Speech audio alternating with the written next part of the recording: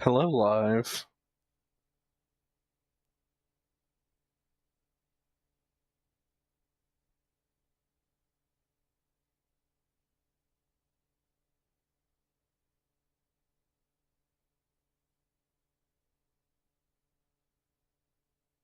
Let me take a look. Well, you have Glock written on it. Glock 19.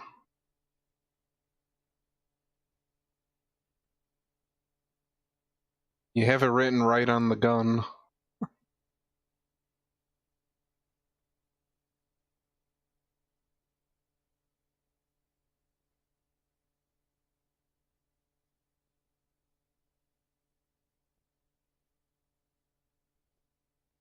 It's okay, I don't have to.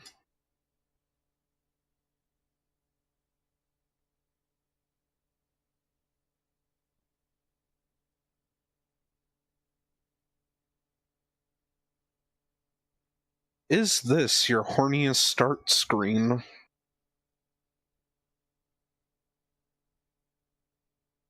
Which one is hornier than this? Okay, okay. Understandable.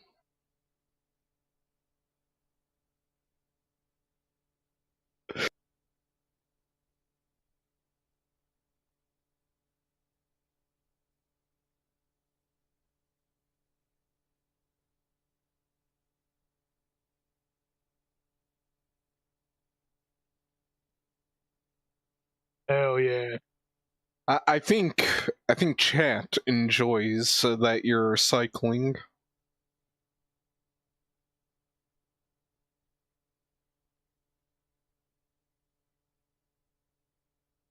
What was this one for?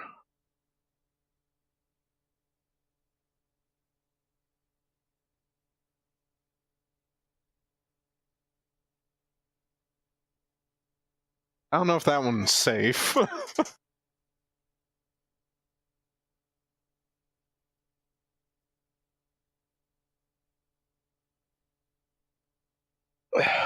I'll allow it.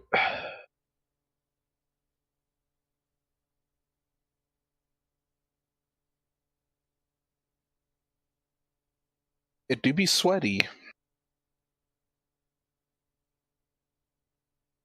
Oh, I perfectly timed in that video.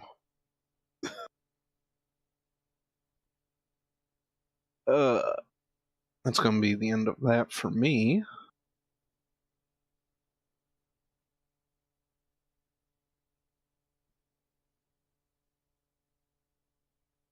Booty butt cheeks.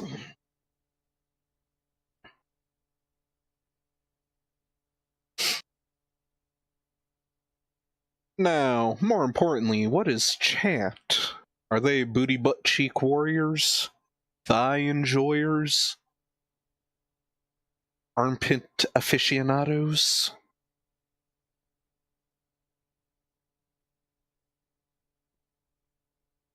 Something clever involving kneecaps?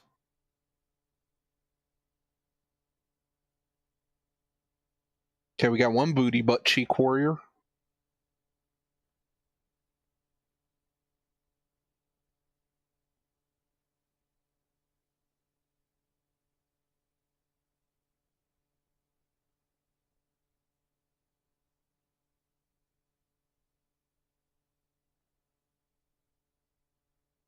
I've got a titty testifier.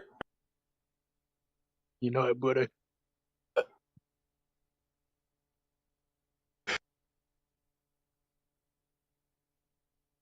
Look. Everyone's got a yum.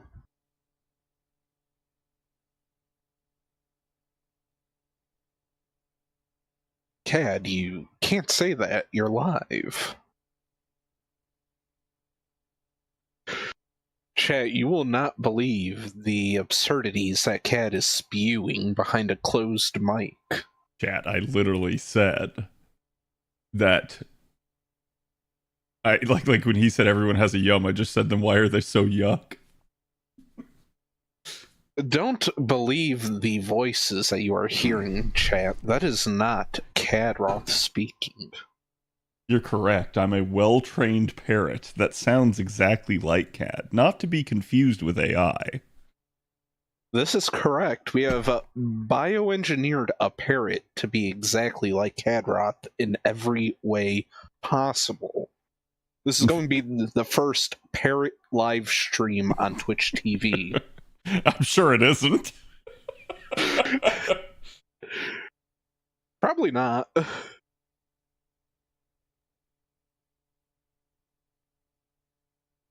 But can the parrot farm like Cad? Even better, the parrot is more efficient than Cad.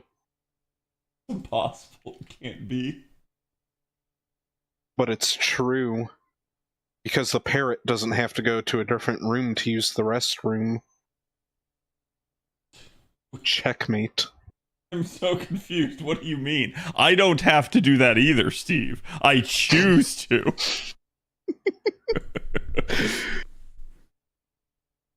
This is not a concern for Parrot Roth. You're saying that Parrot Roth is just going to stream from the bathroom.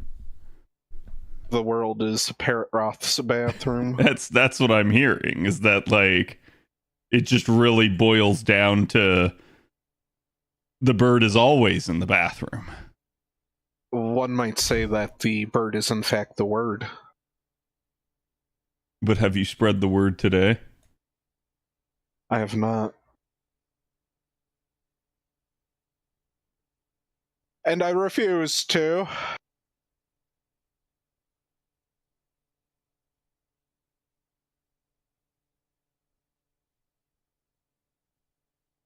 Or chat will see Parrot Roth's true capabilities tonight.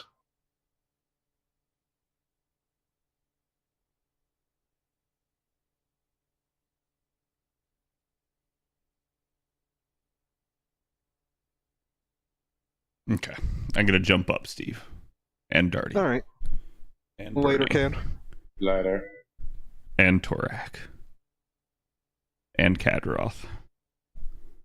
Bye. Parrot Roth. And Parrot Roth. But you are Parrot Roth. では前に出ます。 I love you. では前に出ます。 Sorry, I just had to hop in there with Trumps and tell him I loved him.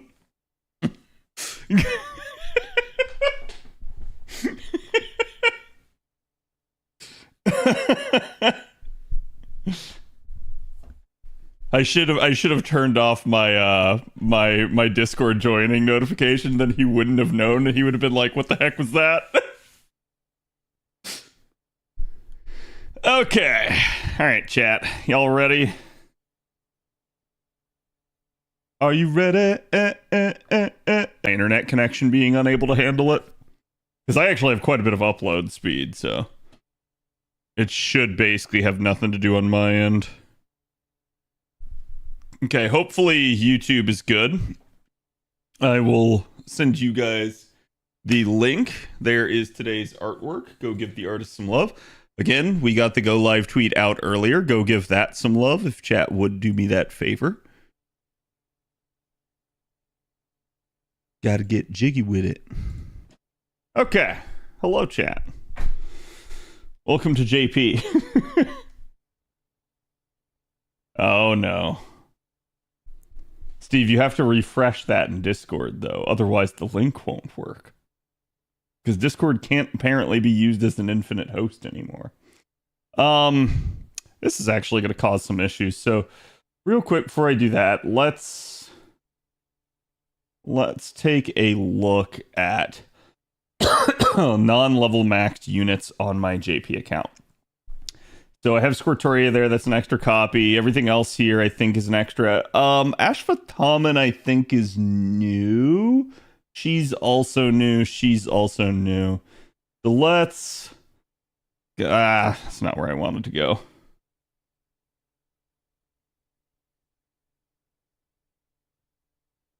And hello, everybody. Hope everyone's having a good day. I'm actually, personally, I'm feeling a lot better now. I was really tired leaving work. but I finally got some food in me, and I think that's really what it is like I'm so like mentally worn out. God, my brain just immediately wants to go to the blue apples. It knows. Wait, really? I should have all the spares, so that shouldn't matter. Let's go to that. Make sure I have all of our copies. I should. I don't think I've ever missed a welfare on JP in that regard. So all of that gets yeeted. Because I definitely don't need a spare Ranmaru. And that should clear up quite a bit of this. So let's see. This is an extra. That's new. This is esports. So that's also an E. Esports. That's new. I think I'm keeping this for esports purposes. And that is new. I actually have units to level. Okay, I didn't pay any attention to this, but apparently me do. Let's see. And of course, the vast majority of them are for classes that I don't have any embers for and haven't done any grinding. Excellent. All according to Cake. Let's see. I do have some saber embers. But no new saber. I have rider embers, but no new rider. Fudge. I know why I don't have assassin embers. That one's obvious.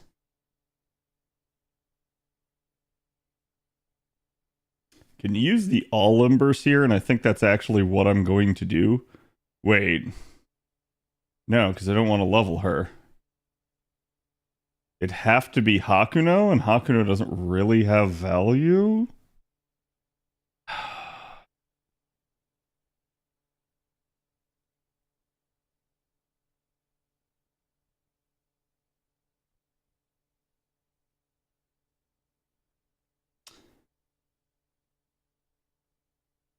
None of these servants have upgrades either, if memory serves. So there's really just like, there's no big demand in like choosing to level really any of them. You know what? Let's start out with the 4 stars first.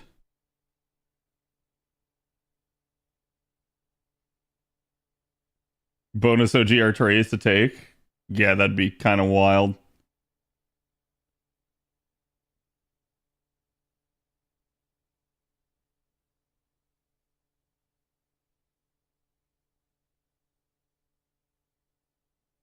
Yeah, that full image is very nice and cultured. Why do you think it's selectively cropped? I knew I couldn't get away with, like, everything.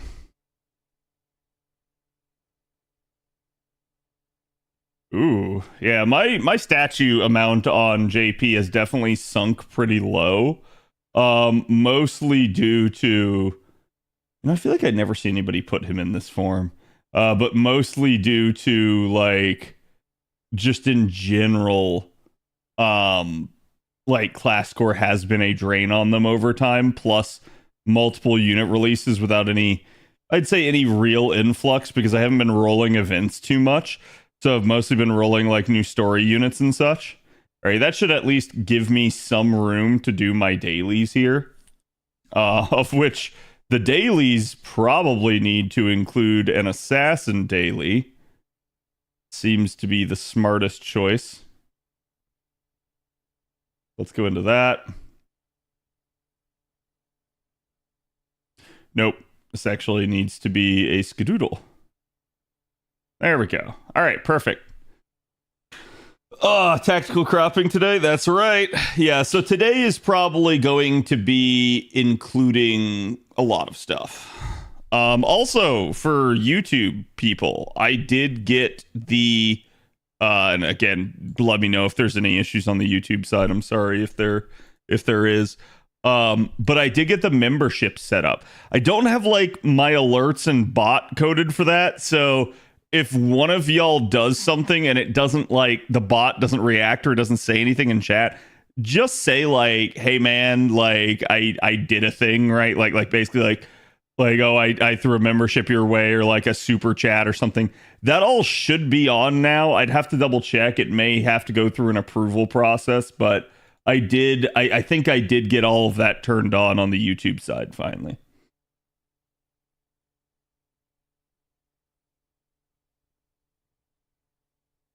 Don't forget to do the assassin interludes. That'll probably wait till a later day. Just because.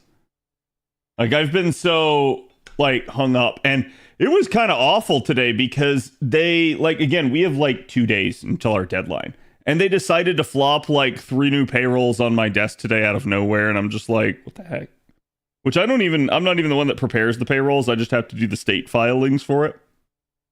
And it's, like, just kind of annoying that they waited so long.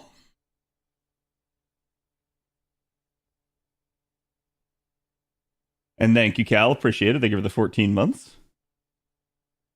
Going pretty good. Today we are basically, we're pretty much done with Lotto chat. Like, I farmed my ass off the past 2 days. I think 2 days ago, I ended at 285, and today I'm at 495. So I've just like kicked the Lotto in its squarely in its ass.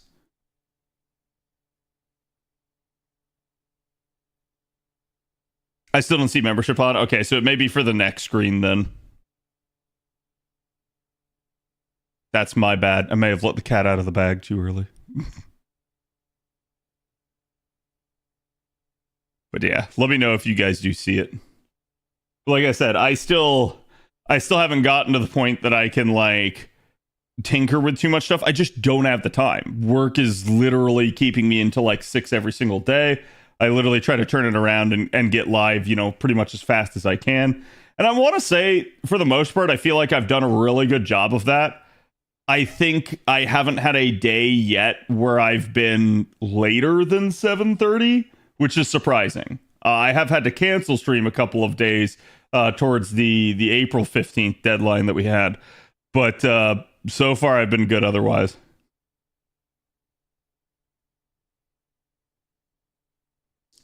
$495, yeah. Incoming power creep for JP? Probably. That wouldn't surprise me. Wait, why did I do Ober? Oh, no. I just did something I shouldn't have done. I'm so used to NA and picking whatever support I want, it's ruined me. It also helps the team is very easy. Yeah, I think, like, I mean, again, I'm not doing, like, somebody said they had a 4-button press comp. Mine is 9, right? But mine is, like, down the line, do everything turn 1 other than the Mystic code. So, like, it's definitely a nice thing. This will be spicy, as I'm going to have to attempt to crit, likely, on the next turn. Which will be even spicier given I'm not going to have a second Scotty there for the buffs.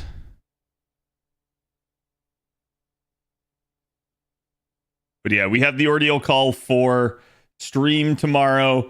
Trubs will be live translating it. I believe it is in...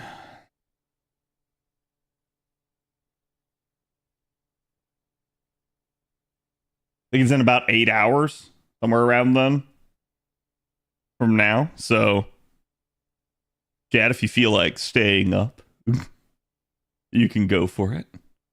This will be interesting. I do have a quick card. We can try to do it like that and hope that Okitan can do enough here. Problem is I'd use her crit buff turn 2. Okay, there we go. She did. Sweet. So even though I took the wrong support, I still completed the 3 turn. And chat, you're probably going to see a lot more of this tonight because I had a fun idea. I want to try to do the CQs purposefully wrong. So I want to actually like fuck them up and try to see if I can still complete them. Because if I can, holy crap, they are truly the easiest CQs we've ever had. Is there a chance to get a welfare this chapter? What do you mean? Like story release? You talking about like Habitrot kind of? It's possible. See, have we even had a welfare? Yeah, we technically did with Ordeal Call 3, so I don't know that they will do that again, but we'll see. I know Trubs' theories that we're probably getting a, like, because it's Golden Week here on JP now. So Trubs' theory is that we're probably getting story and then an event afterwards, rather than the usual event into story as we normally have. And I was talking with him, I'm like, it actually kind of makes a lot of sense if you think about it. Putting an event during Golden Week is just another event at this point for FGO. Usually it's the collab event. Usually people are excited for it, but that can also be kind of hit or miss, just depending. So at this point, I think it makes a whole lot of sense for them if they really want to make this story have a big impact, do it during Golden Week. It's one of the easiest ways to assure that people have the time to actually sit down and do it. And it will probably make it a bigger event for FGO. Doubly so since they do really seem to be building the hype for Ordeal Call 4. There's a lot kind of going on here that I think people really are excited for. So it'll definitely be interesting. We get a moon cancer again. Yeah, I mean, obviously, if you got something, it'd probably be a ruler, but there's no guarantee. I've only done 2 of my weeklies on JP. Granted, some of that's like wait and see what happens with Ordeal Call. Which I think, Chad, I told you guys before, I probably wouldn't touch Ordeal Call until my deadlines were done. But I think I will have the time, because I'm way ahead of the Lotto. Lotto still has, how many days, chat? Like still like 6 days left or something like that? I don't know. No, I think it has even more than that. I think it has like 7 or 8. Because we still don't even have the last round. 9? Yeah, Jesus. I kicked this Lotto's ass. Your Sanct Courts button is flashing? Wait, is it?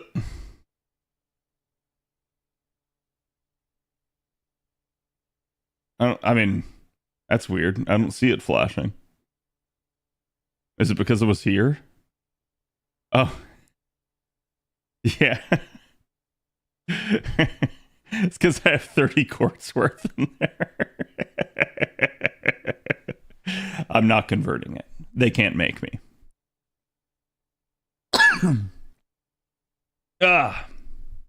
You did get a lot of drops. Chat doesn't want to know how many drops I have now. The sheer amount of drops I've seen go by since I got to max bonus would make chat weep. And like it's so much that I've gotten triggered by it at this point. And I'm like, what the heck are you doing? Oh boy. A Bond Grail. Until a new John appears. Right. And that's exactly why I'm not. It's funny because I saw like Play Asia's like, oh, you're going to lose your loyalty rank. And I'm like, go fuck yourself, Play Asia. I'm sure they hated the fact that JP opened up an actual direct St. Courts purchasing method, because that hard screwed them for a lot of things. I can't even pull that out even if I wanted to. I'm over.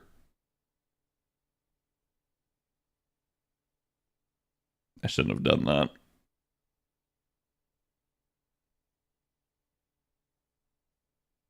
Yeah, I didn't buy the foes this month on JP. I have a faux problem. And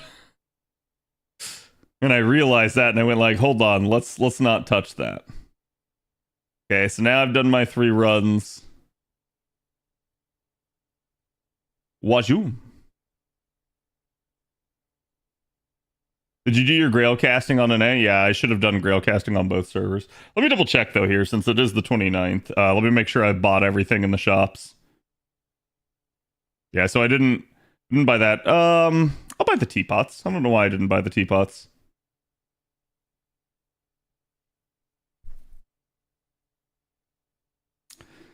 I didn't buy those teapots either. Well, one set's enough.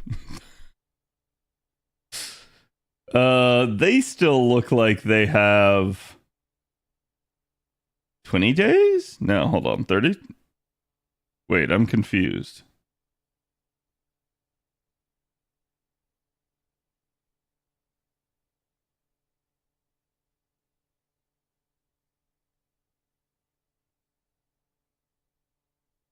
That 15... It's 30 copies, but is it 15 days? Yeah, I've just never seen that kanji before. Is it 15 hours? Oh shit. Yeah, I guess JP does reset. Do I want to buy these? It's a lot. That's the problem. It's 300 mana prisms. Why not? Why not? JP's gonna get a Lotto eventually. Eventually. And I have that. I don't have a super amount of stuff here. I will use this opportunity though, since I'm not clogged, to get the rest of these rare prisms command codes. I have the rare prisms to spare. It is easy.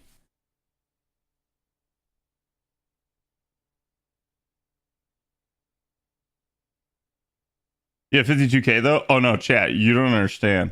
That 52k, I can decimate that amount.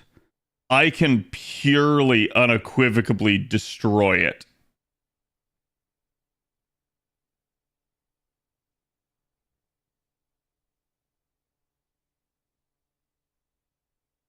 Like, that is the problem with being that low. And I really have to emphasize that, chat. This is a low amount of mana prisms. This is not high. And here's why.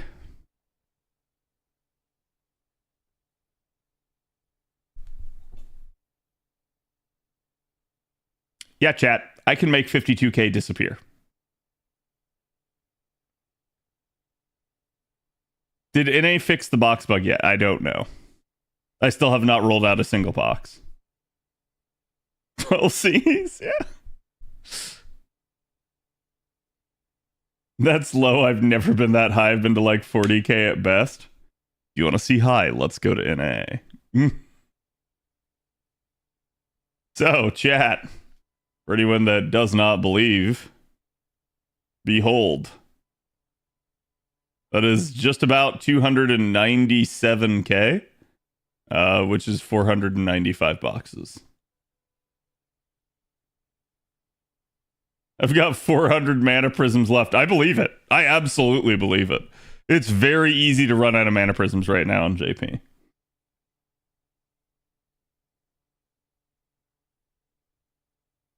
Cursed Dragon Fangs? Yes. I haven't even bought out the shop. That's the other hilarious part.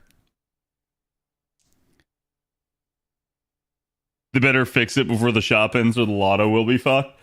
I can assure you that that will have to get fixed at some point. People will probably scream otherwise. And I don't mean like obviously y'all are screaming right now, but the idea that that people wouldn't be able to roll out their boxes would constitute a very major problem for them.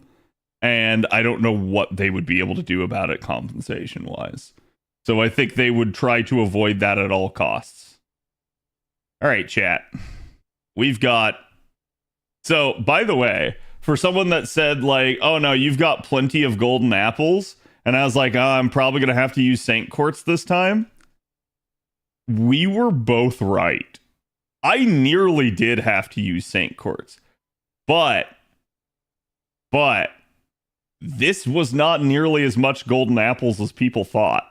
I am down to the last 34 of them. And it'll probably be about 30 when all is said and done here.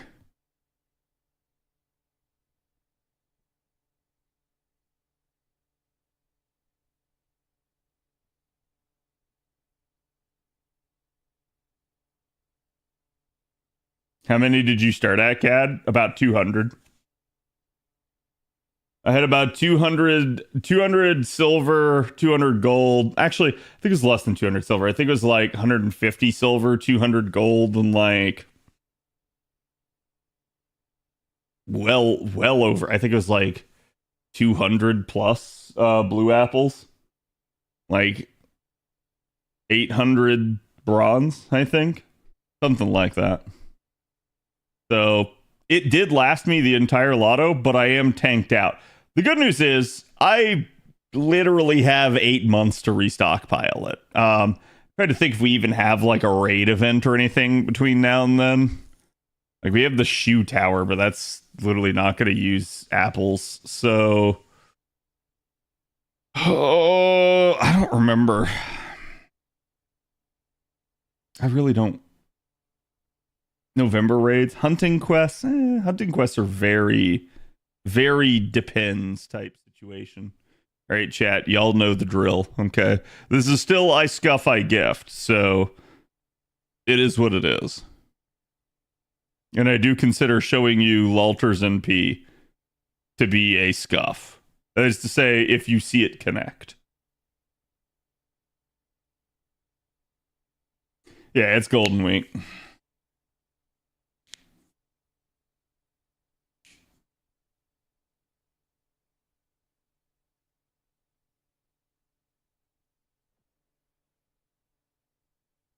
Doesn't Gouda have some small raids this year? What is Gouda this year?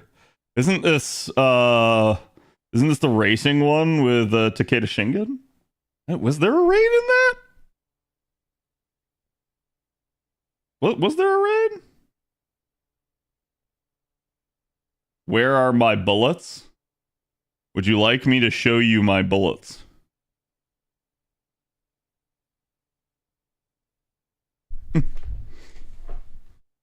Gouda 8 has raids, yeah. Okay, yeah, I just didn't remember. I feel like they didn't last very long, though, did they?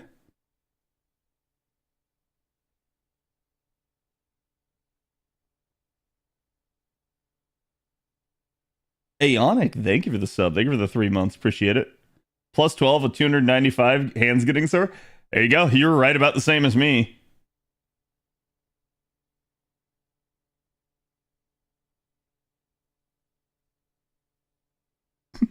Yeah, Flair, you seem like you have it under control.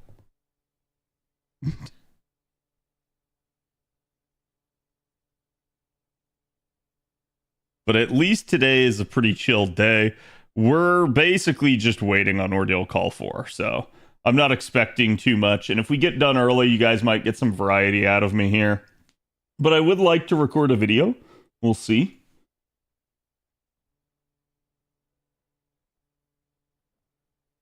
Hey Jude, refrain.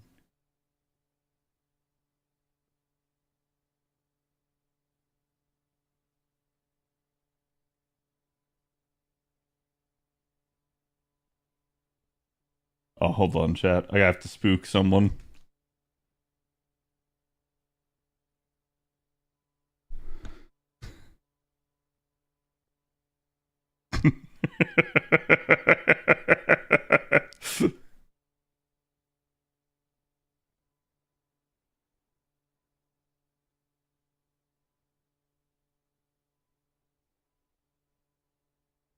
Okay. Back on the Lotto grind, yeah. You can try to fight Ray Dow. I probably won't get to fight Ray Dow properly until the weekend. I mean, like, I could sit down and try to do it, but I'll be real with y'all. I don't really feel like soloing that right now. Because in order for me to, like, try to solo Ray Dow, I very likely need to go in, like, armed to the teeth. Because I assume that Ray Dow is just going to keep chunking me and try to one-shot me a whole bunch.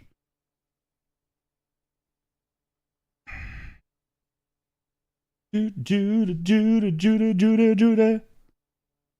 Fang raid in the Himiko event died almost instantly on an A, if I remember correctly. Was it Fangs? I thought it was eggs, if I remember correct. Oh, there we go. La da da da. All right, chat. There you go. There's how many bullets I have. Would anyone like a small loan of bullets?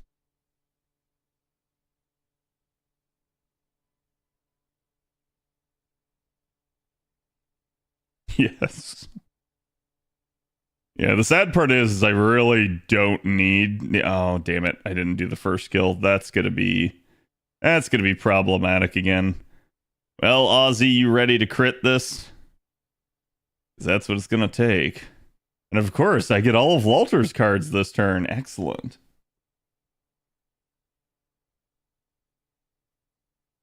We gotta wait for Nemo Moss to get bullets. Yeah, it's like bullets are a dead mat for me. Like, I think I killed bullets way back during Oni Land. Like, they kind of ceased to be a problem at that point because the Oni Land raid had bullets in it, and I just farmed the ever-loving piss out of it.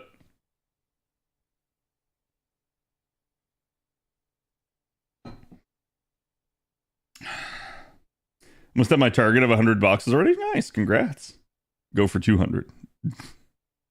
See, chat, I've always told you that you shouldn't compare yourself to other people and that you should just try to hit the goals that you've established and be happy with that. However,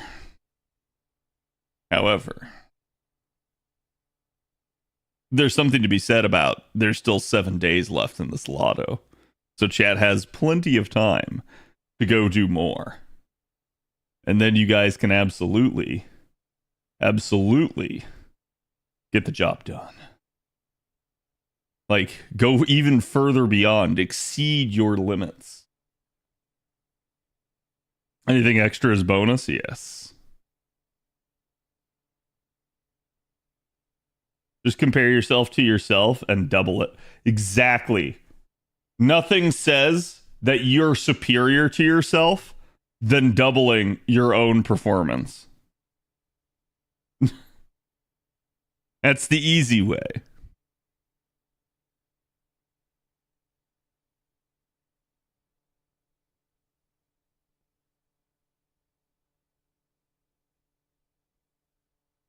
Yeah.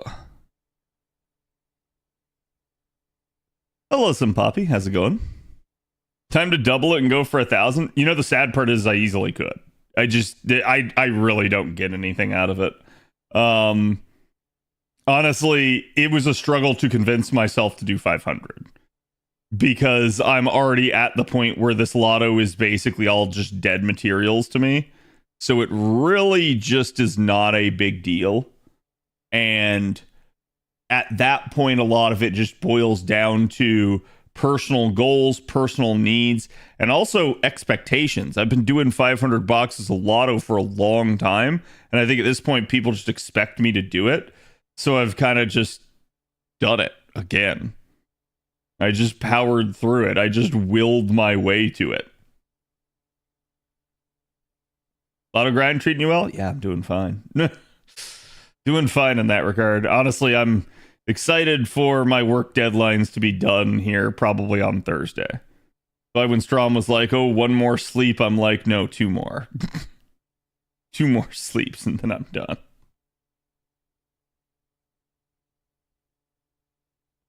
A lot of QP to get from it. Yeah. I'm going to tackle the 3rd round's 90++ node. I'm either missing NP levels for every comp or I don't have the servants. My advice, try to pick a like arts comp at that point then, and then if it goes into extra turns, you're still suited to like be able to wrap things up and handle it rather than like going with an Oberon comp and bricking yourself.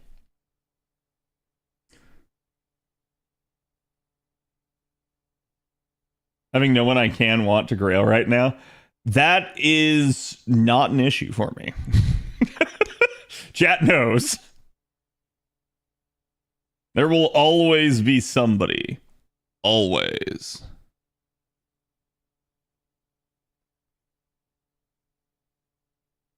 500 really is the sweet spot. I wouldn't even say it's sweet. I think depending on the level of your account, for a lot of people, 500 even is too much. I think for someone like me, it is the sweet spot. And I'd say it's probably the sweet spot in general for like anybody that has, I'd say like 95% of the units in the game, right? And it will keep you going. It'll keep you topped off on QP. It'll keep you having a bunch of embers coming in, a bunch of FP, a bunch of mana prisms. So in that regard, yeah, it is really, really nice. I just, depending on your account level, some people just really don't need it. So it is what it is. Anyone watching Andor Season 2? I've watched the first 3 episodes. I don't know when the next 3 come out. I'd say 250 to 300 is the sweet spot, honestly. Like I said, it depends on your account. And I think that's fine. I think that's where I tell people, it's like, it really doesn't matter. You shouldn't compare yourself to everybody else. Because if you have a narrower account, or you just don't have as robust of goals with your account, you're going to need a lot less. And there's nothing wrong with that. Thoughts on the one scene?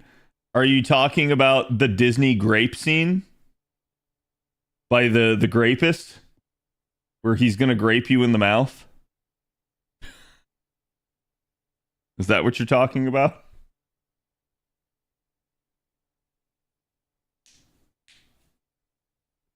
Now we're to spin the grails and thousands of embers. Not sure who I'll do after 120 Regend. Oh boy.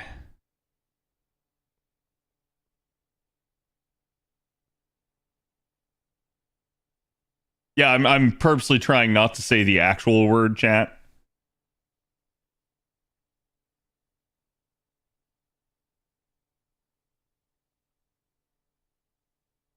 He's against Artorias, yes. Yeah, it's just there's a glitch in the Matrix, and my my screen just doesn't show that third NP for some reason. Still has no survey for NA yet, yeah.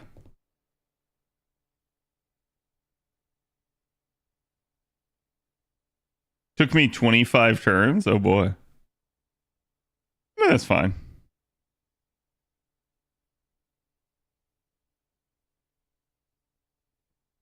I wouldn't know what to do with 500 boxes. You know what the hilarious part is, chat? Since grailing to 120 has been a thing, which has been a thing now for what, like 2 years on an A? I haven't burnt a single ember. Like I've burnt, I guess, silver embers and lower, but I haven't burnt a single gold ember. So I have managed to like calculate everything down like to perfection so far. And I have not lost a single gold, which has been really good. For me, it lets me go 0 to 2 billion QP. Yeah, that's one of the reasons it's really nice. It just completely restocks you in the face of, you know, additional needs or unforeseen circumstances popping up later in the year.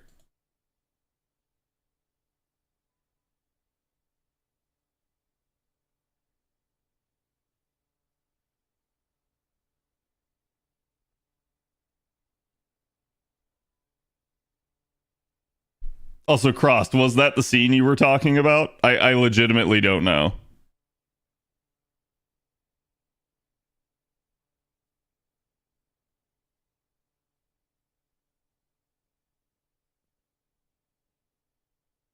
And she's to level stuff? Yeah, I mean, I don't really actually sit down and calculate it. It was, yeah. I will say this. I actually don't mind the scene being in there. But, and for chat's benefit, for those of you guys that haven't seen Andor, there is no actual graping that occurs. There's just an attempt. And it's a, like, I'll say it's like a pretty visceral scene. But, and I at least as of the current point in time, because Andor's not fully released, we don't really know what their goal was with that, other than I think it's to just basically show you Empire evil.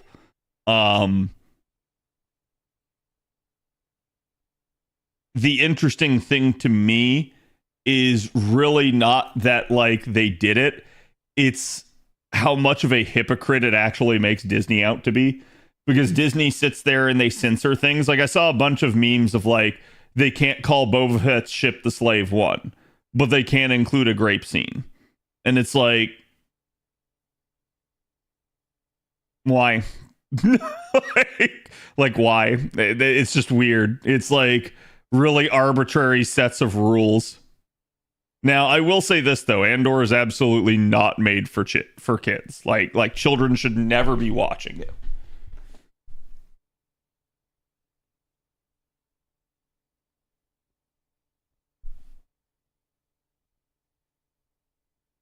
The Empire are bad, yeah.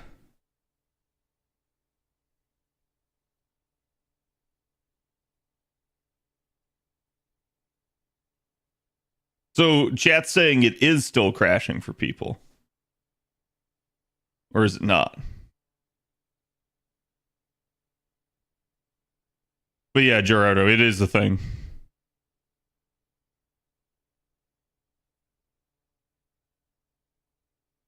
Counterpoint Princess Leia. Yeah, I mean, like I said, I don't have an issue with it. Like, obviously I have an issue with Grape. But I don't have an issue with like them putting a scene in for dramatic effect in this show. Okay. So it's like them doing something like that. I don't really see too big of an issue with it other than Disney themselves being a bunch of hypocrites. So.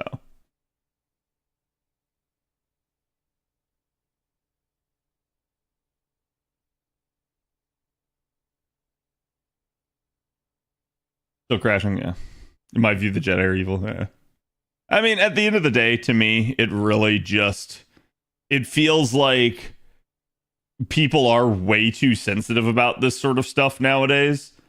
And I'm not going to say it's like it's not that it's like not an issue or something. It's just that like we've got to get away from this idea of like we need to censor everything we don't like because maybe you don't like it, maybe you don't watch the show. That's fine. There's no issue with it. And then if enough people don't like it, people won't watch the show and the show will fail. And so it is what it is.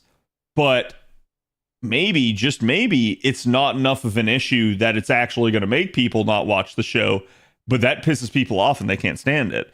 And so they're just going to sit there and they're going to keep raising a big stink about it.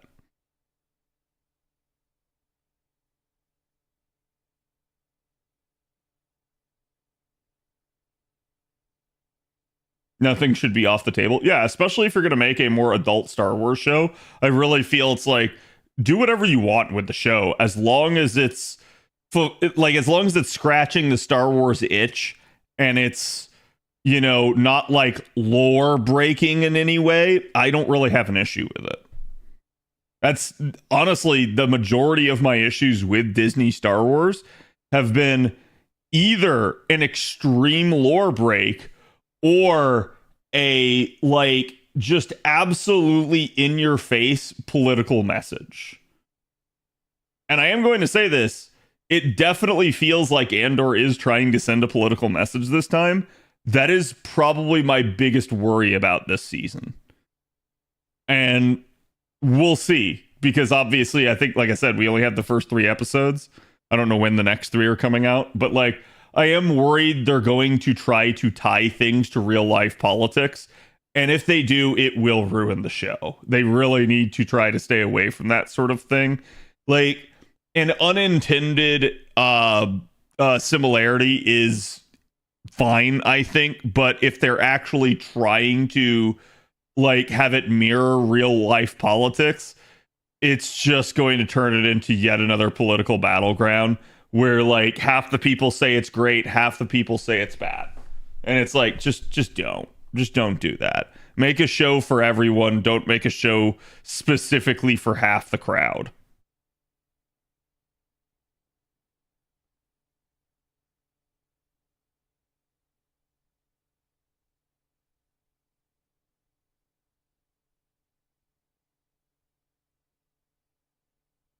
used to be able to make political statements, have adult situations without people being snowflakes.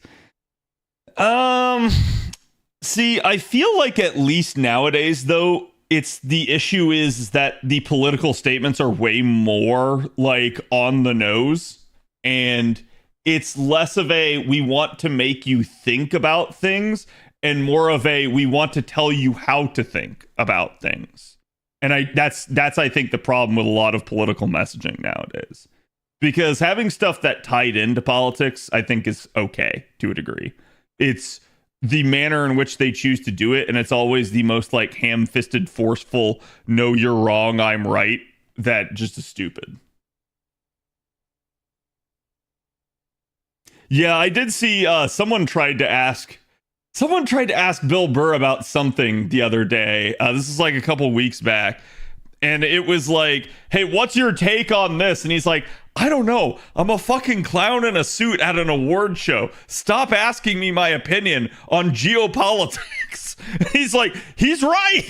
Like, why do you care what the why do you care what the athlete has to say? Why do you care what the entertainer has to say? They are not an authority. They're not who you should be turning to for like perspective on something.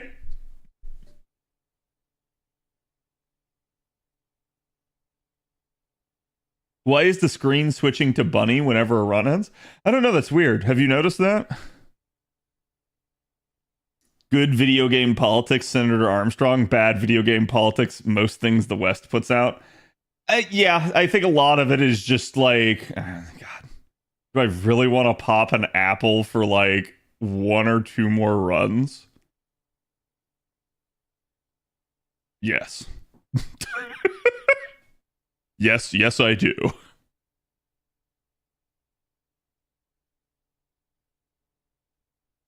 Part of why Lord of the Rings works is because they are timeless themes and not statements tied directly to a particular era.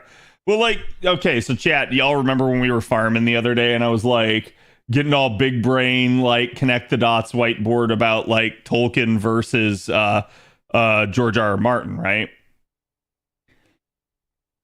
The reason that is such a thing is because Tolkien tried to tie everything. You know, there is like some Christian roots in everything that he did, but Tolkien really has this message throughout the entire work, the entire body of work of Lord of the Rings of like, don't give up. There is a light at the end of the tunnel. You need to have hope and you need to persevere. That is really his message the entire time. Is just have hope.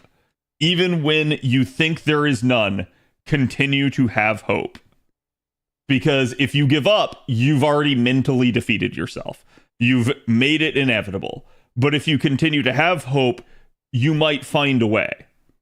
So that's the messaging he's really trying to send. And yeah, you can apply that to everything. You can apply that to, you know, your entire existence. And like a religious aspect, you can tie that to your long ass studies for like some crazy exam at school. You can tie this to your plodding to work every single day doing a thankless job that you fucking hate. Like, it doesn't matter. It really is a timeless, all-reaching message. And it really, like, I've seen people try to politicize it. There's really no politics involved in it. Anybody trying to politicize Tolkien is probably doing it wrong. Probably trying to like put words a little bit in his mouth more than just him trying to convey that message of hope to everybody. Screen changed for me as well. Did it? That's weird.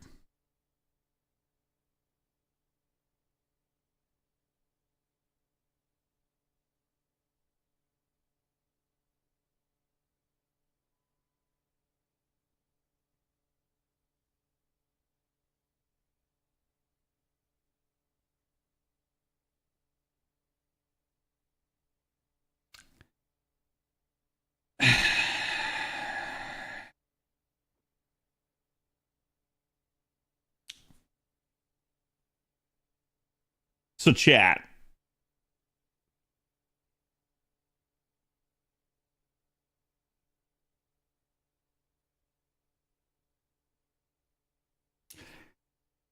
Wait, do we get these from? Do we get Lotto currency from doing the EQs?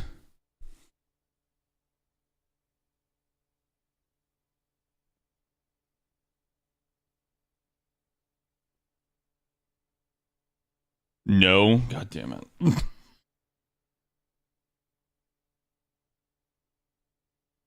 Couldn't you say Lord of the Rings is pro monarchy? Not really. Like I could see how someone could think that, but that's not really the overarching message.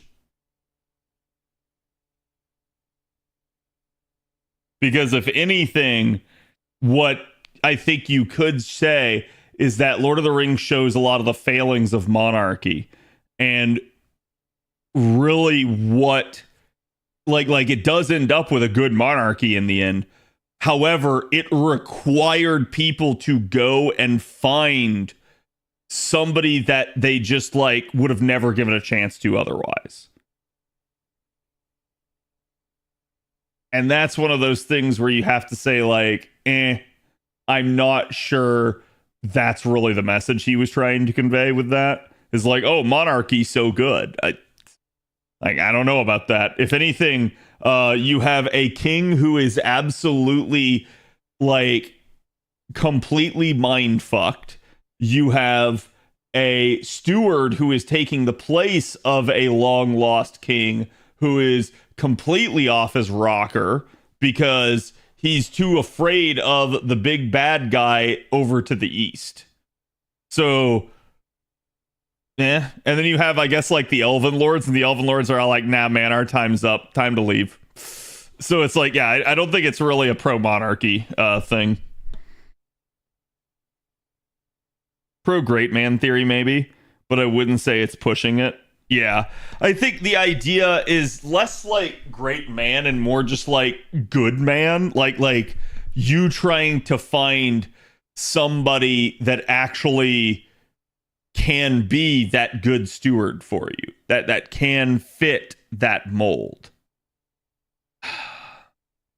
Here's the problem. I only have the 2 bronze. So if I do this run, chat, I don't have enough to do the CQs. Fuck it. One more. Find a good leader. Yeah. Somebody that can be responsible and can do the right thing at the right time.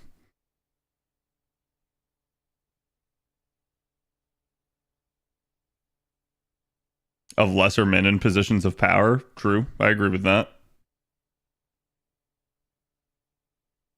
I mean, it's more about like there's evil in everybody and everybody can be susceptible. And that's why you just have to try to better yourself.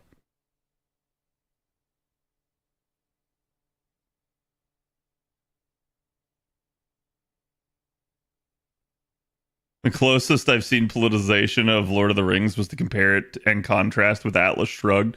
One of these stories is about orcs, the other is the Lord of the Rings. Yeah, I think like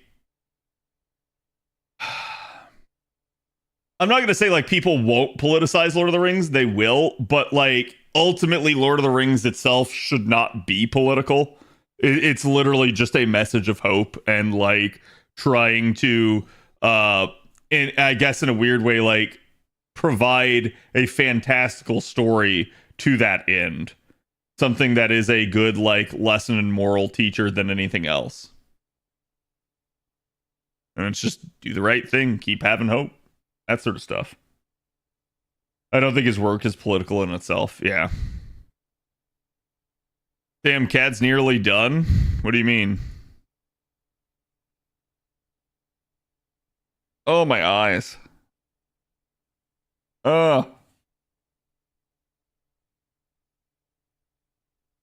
Oh, something got in there. Oh. Oh. Sorry, chat. You don't need to see me digging in my eye.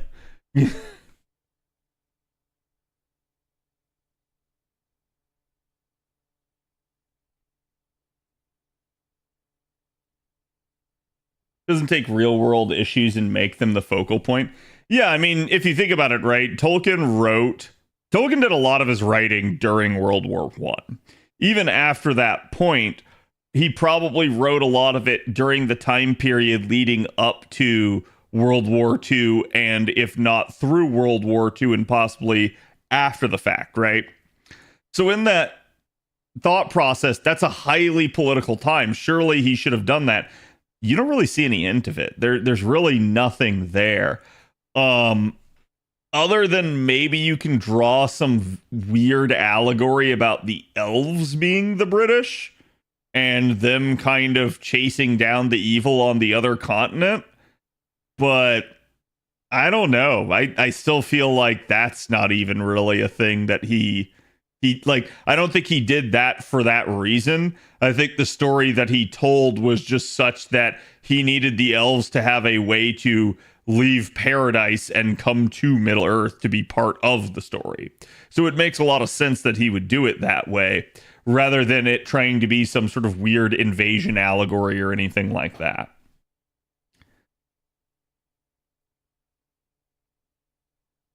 No. See, people have got to learn, chat. There is politics in the sense of like real life, and then there's politics in the sense of like fantasy politics that happen, like actual like power struggles and stuff like that within the world. Okay, I don't think those two things are one to one. I think people have a tendency to try to equate that, and honestly, I fucking hate when people do that. Like, just because you put like some weird like how should I put it? You could argue that like Wormtongue in the Two Towers and his dealings with Theoden and the entire House of Rohan is politics. But to try to tie that into like, oh, he's making a statement about real world politics is like, no, he really wasn't. If anything, the only statement that could be made would be that, like, yes, even a good leader can be led astray by the people around him. And I don't think he meant that as like, oh, specifically that leader over there. It's like, no, it's more of a way more like vague and broad message than anything. And like I said, I don't think it's a message even. It's just part of the story. And this is an interesting thing, because a lot of the times you see people and like, for instance, like a writer will write something and that something may just be like literally a device to get like the protagonist to a place or to a decision. And people will like analyze the shit out of it years later after the author's death and be like, oh, the author had this meaning to it. They'll confer meaning to things that originally had no meaning. It was just a actual plot device. And the author didn't think anything of it at the time. But I've noticed it's like, yeah, people will just, they'll overanalyze, they'll look for meaning in places that it didn't really exist. Not that Tolkien's works aren't full of meaning. They really are, but...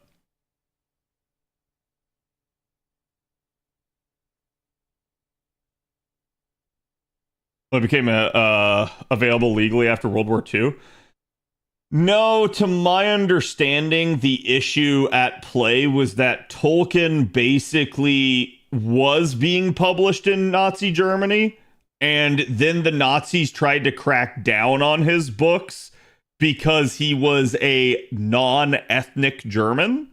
Tolkien actually did have some German, ancestry in him. But they were like, hold on, we need you to provide proof that you're German and basically like do all these things. And Tolkien just was like, no. He's like, I'm not going to do it. In the same way, he's like, I wouldn't do this for any other country either. So it's just like, no, I'm not going to do it for you. And that I think then caused the Nazis to do it. So it's like, whether or not he was specifically targeted is probably up for debate. But it apparently at the time they were doing that to like literally every non-German author. It was them just saying like, no, we're gonna consolidate things to literally just like German propaganda, if you will.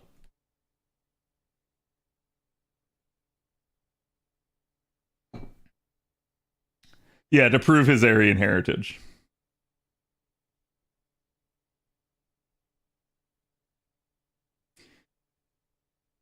He didn't publicly condemn them for being Nazis. His like, I'm gonna be honest, that right there, that's the spin that like everyone will tell you is like, oh, he condemned them for being Nazis. No, he didn't. Tolkien was a class act. Tolkien just basically let it drip through the words that he wrote that like he did not like them. He never directly said, you know, you can go fly a fucking kite or anything like that. He just was the most polite you can possibly write a rejection letter of like, no, thank you, I will not be doing this. And it's great.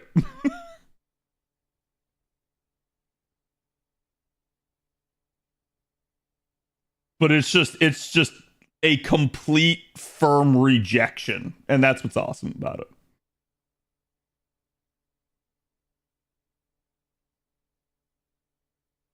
There is an issue with neo-Nazis and Aryans trying to co-opt his works. I'm gonna be real with y'all, chat. The more you talk about neo-Nazis, the more you give them a platform. And I'm also look, chat, y'all know I don't like getting political on the channel. But this, I'll give you guys, it's fair game because of the subject matter at hand at the moment. So what I'm going to say is this, and then we can be done with it. Unfortunately, modern political discourse can't go 5 seconds without one side calling the other side a Nazi. And at this point, everybody I don't like is a Nazi. And that's stupid and dumb. And people want to get all upset and be like, oh, but they're actually Nazi. No, they're not. No, they fucking aren't. Stop misusing words that you don't know what the actual fucking meaning of it is.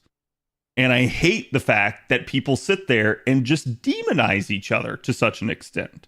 Godwin's Law. Yeah, it's really stupid. It's like, don't get me wrong. I'm not saying anyone's doing that here and now, but it is absolutely the next step in the process is then somebody goes, oh, well, somebody whose political stance I don't like is talking about Tolkien. Therefore, they're a Nazi. It's stupid. Add Hitler. Yeah. I feel it devalues what the Nazis actually did. Right. And it's just stupid. It's like, people need to stop doing that. Just literally say what you mean. You don't like the other person because they don't agree with you. That's all you have to say. That's literally it. I don't know why people take it to such extremes. And it's really stupid.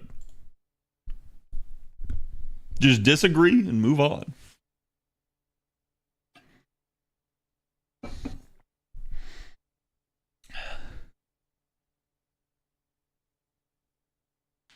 But yeah, I mean, at the end of the day, chat, Lord of the Rings, it is a wholesome, good message. Don't worry about somebody else using it for some illicit measure. It's not going to change what the value of that story is. People can't fathom having different opinions. Yeah, I mean, chat, this may come as a shock to you, because I definitely, over the years, I've had disagreements with people, and I've had to...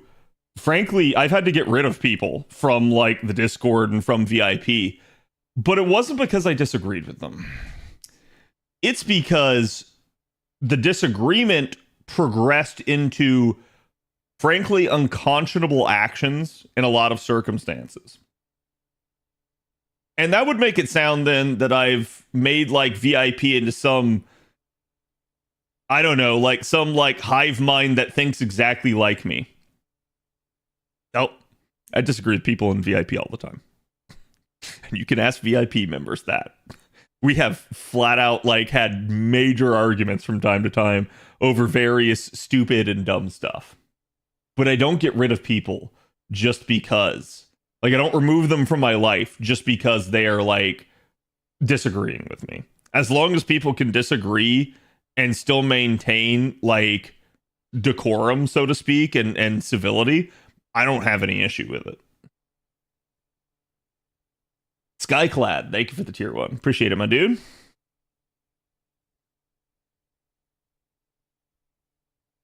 My main takeaway from Lord of the Rings is where's second breakfast? You're not wrong. Legolas and Gimli spend the entire trilogy overcoming fantastic racism. They do, and it's great. And it also shows you that, like, a lot of the things that people quote unquote find racist today are just like stereotyping. And stereotyping in and of itself, people would sit there and they would tell you, like, oh, it's racist. And it's like, how would you feel? It's like, I'm a white male. I'm a straight white male. I am literally the most stereotyped person in existence at this point. People will sit there and tell you, like, no, Cad, it's all these like various minorities and stuff. Everybody hates white males, chat. Everybody. Like, it's stupid, but it is the way it is. So it's like, how would I feel? Well, I would hate it, but I also hate it when it happens to me, but I also just allow it. I don't really care. Yeah, the letter's great.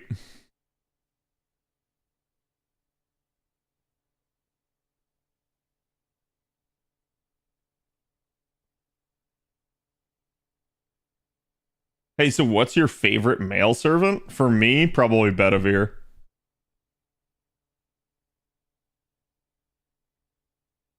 Yeah, like I said, he basically was just like, you're an embarrassment to them. And that's great. I love that he did that. It is just an old school classic beatdown via letter. Not Arthur?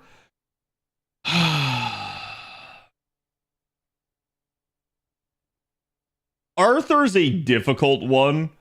And if only because, while I do really like Arthur, and he's probably number 2 on that list, Arthur, to me, in Nasu's version, it feels like he's supposed to be stereotypical Arthur, but to a large degree, he's not.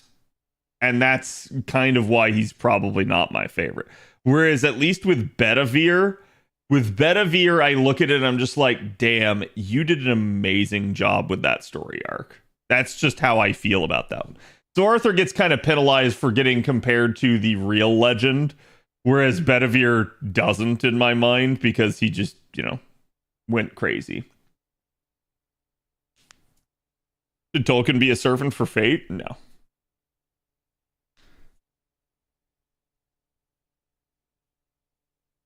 Does Artoria's Excalibur also have 13 seals? Yes, and people seem to always try to indicate that that's not the case.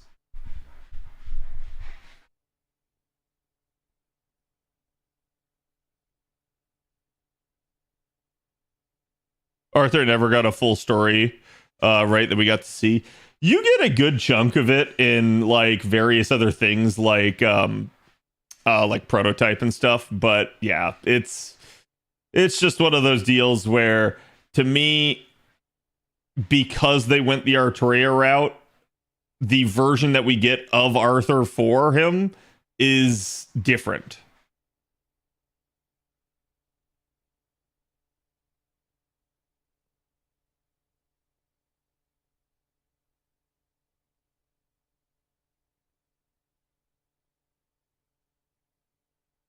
Do you like Betty over D. Lion?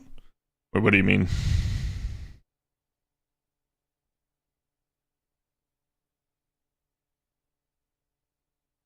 If you had asked a slightly different question for the poll, probably. And that's exactly why, like, I asked it the way I did. I knew there was going to be some issues. All right, chat. So I thought a cool idea for the content here would be to try to do the CQs in the most messed up way possible. I thought this would make a good idea for how to handle this. I honestly, so I like Richard, but Richard is not one of my favorites because of how they implemented Richard.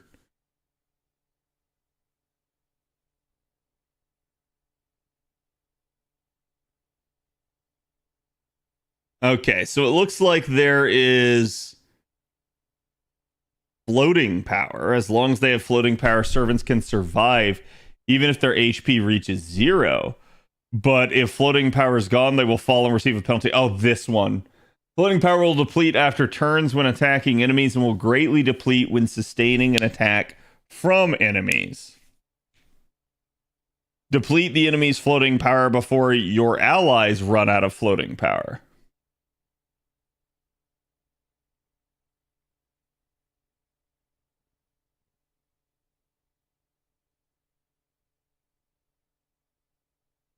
I don't know that there's any way I can really mess this one up. Because this is literally just a knockdown drag out fight.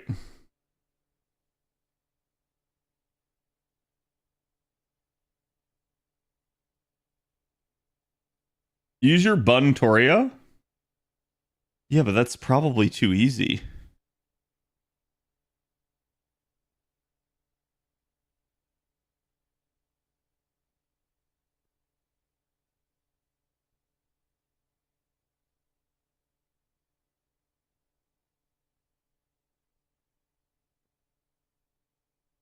Pokemon starter bias, yeah.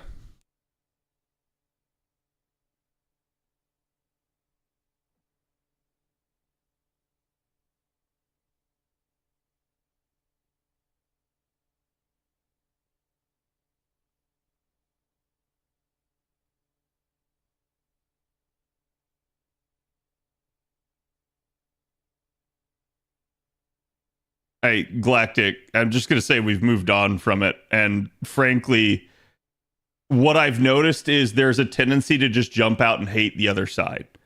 Stop thinking of people you disagree with as inhuman and just calling them whatever like sick, fantastical name you can come up with, and start thinking of them as another human being that has something that they want or desire. You don't have to agree with it, but at the end of the day, they are human still.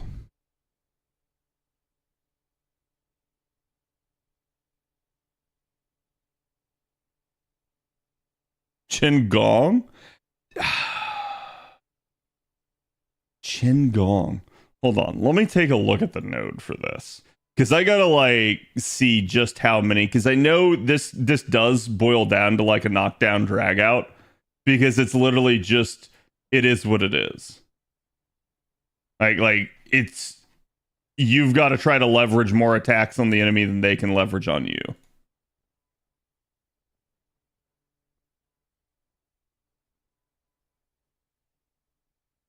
Yeah, I think if they're self-proclaimed, that's a different story, my dude. That's absolutely not what I'm talking about.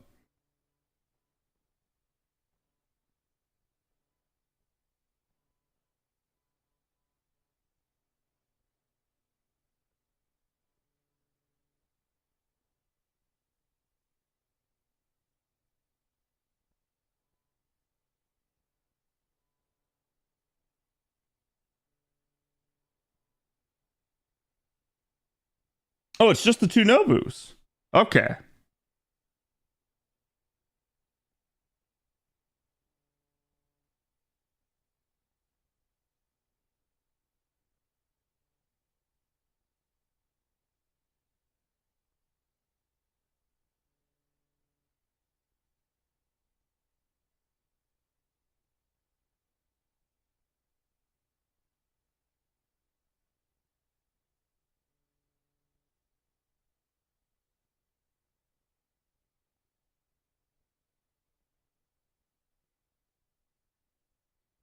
Really?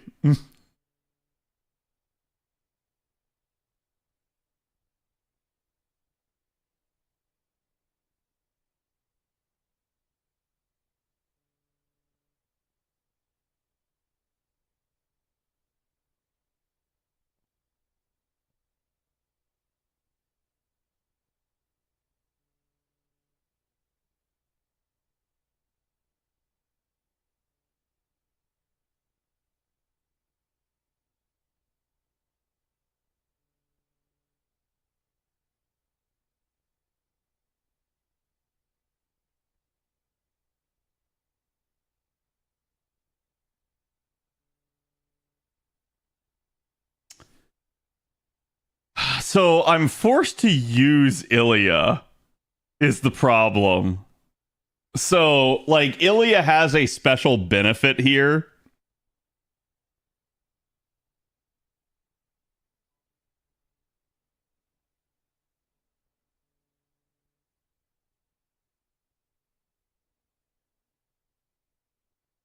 Wait. Qingong may be a good idea. What if we Qingong Ilya? What if we Qingong Ilya? Will it let me? It will. It will let me Qingong Ilya. Okay, let's try it, chat. Let's have some fun with this. Where is my Qingong? There's my dong. There he is. But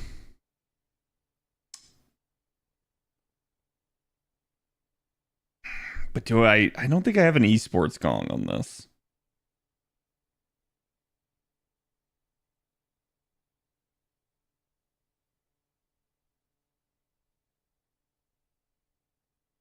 Okay.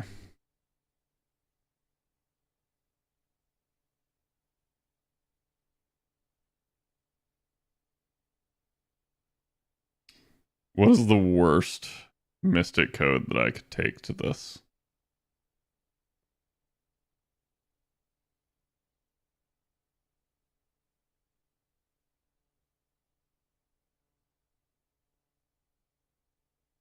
Any blonde? No, any blonde has guts.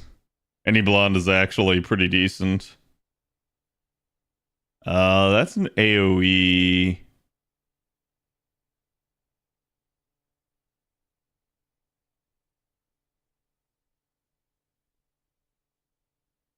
Instant death one? That's what I'm wondering. Where is the instant death one?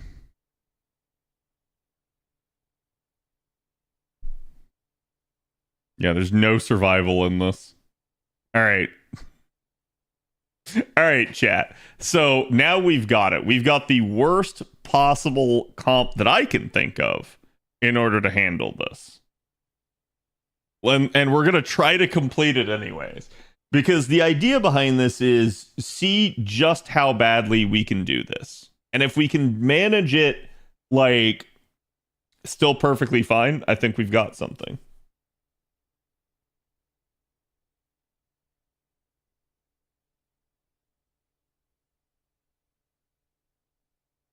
So the idea here is that you're normally supposed to use as many attacks from Ilya as you can, because Ilya actually takes away 2 with every single one that she does.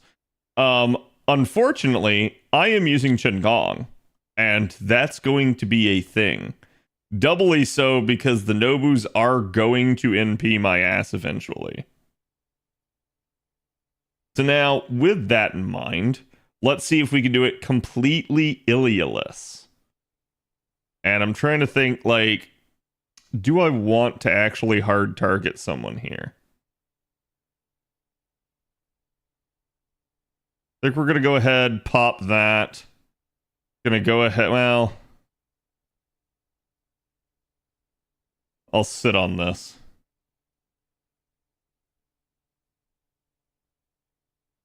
The Brave Chain would be the most ideal, but we'll go with that. Give Kotaro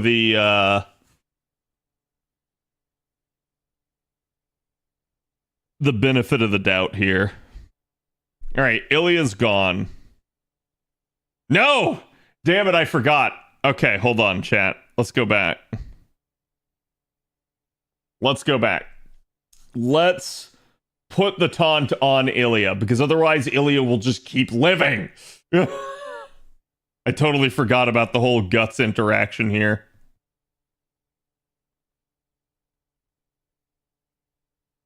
Now I'm really glad that I didn't do it.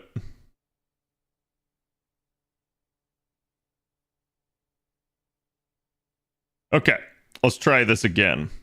Now we're going to throw the target on Ilya, and hopefully that gets her, like, doubly targeted here.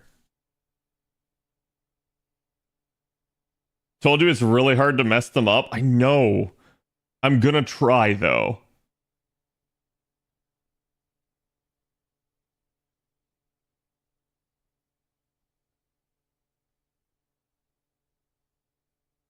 You can do it. Kill her.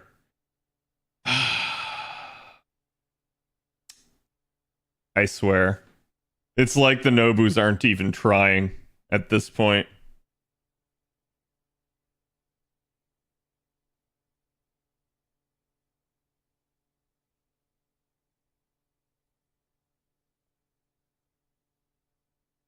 I can't even kill Ilya. I can't get her killed. So I just have to try to selectively avoid her cards. Hmm.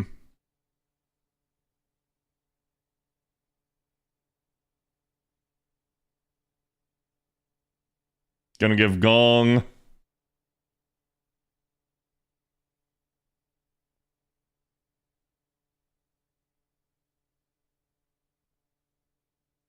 The Brave Chain. Got an ounce of drop there.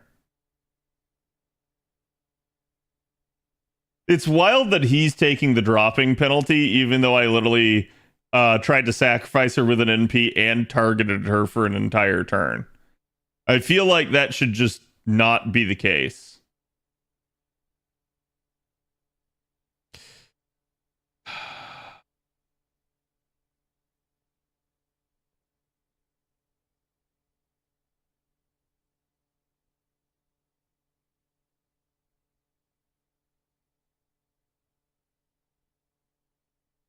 Hmm.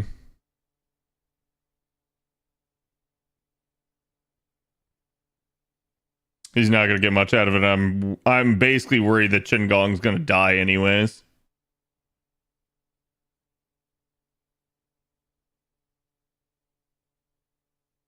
I would have had to have taken multiple like counters at this point in order to get Ilya killed.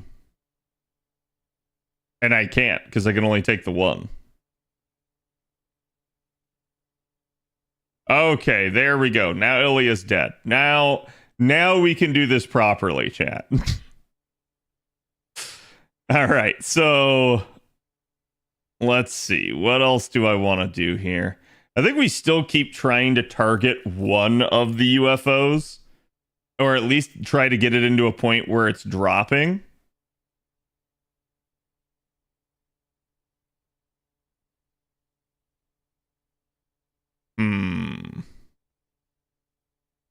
We've got the Kotaro Brave Chain, so let's full send it. What you really want to do is you really want to do focus on Brave Chains for this to get as many like stacks of the dropping stuff on them. There you go. It was falling, no guts.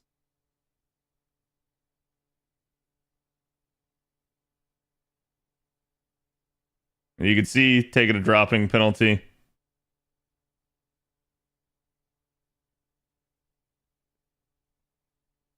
So that one should be under control.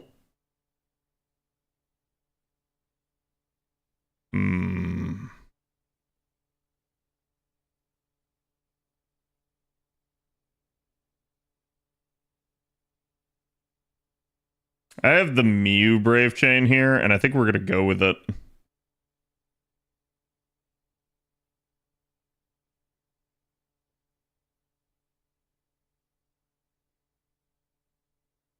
Not going to full send Kotaro yet. Oh, wow. Good lord, that crit. So even just hard sacking Ilya and refusing to use her cards. This is getting kind of hilarious. Still won't give me that second Kotaro card. He's probably gonna die. I can at least gain the critical stars out of that.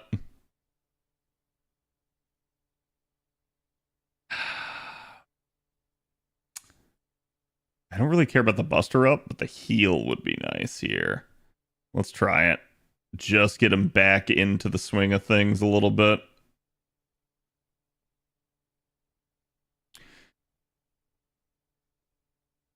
Of course, it's not a fully leveled variant, so 97, so we don't have the opportunity for a Brave Chain no matter what I do here. So at this point, we basically just full send. And I think at this point, we also go with the Mighty Chain a little bit here. So we're going to get Mew her stuff, and then we're going to let Fuma at least take advantage of that Buster buff. You get the defense down on. Nice. Got the crit.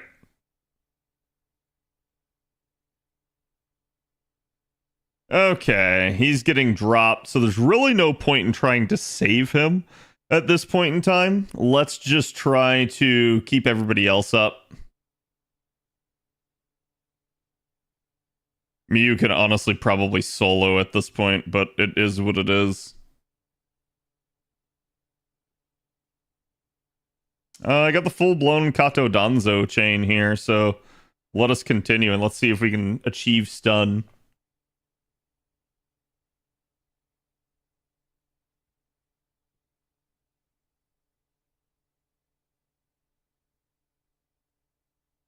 Oh no, I'm still going to put my best foot forward. I'm just trying to give myself the worst possible conditions.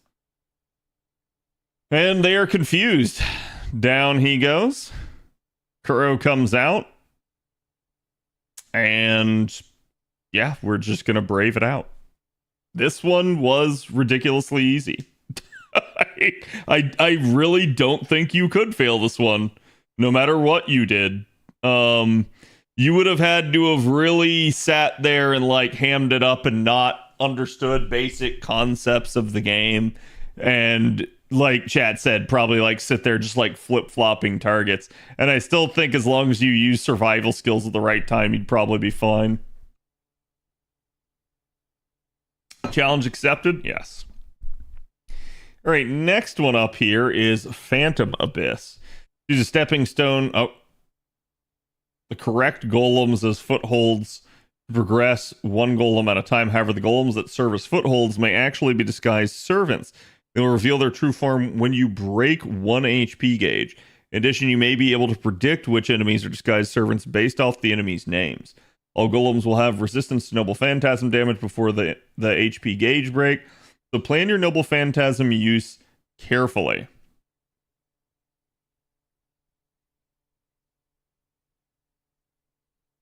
Okay.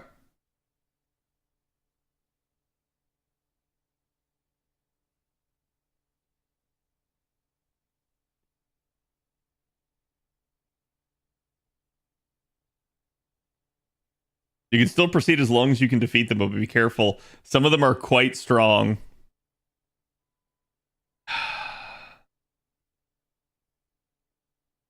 Just look up this one, it's annoying. No. No, we're full-blown sending it.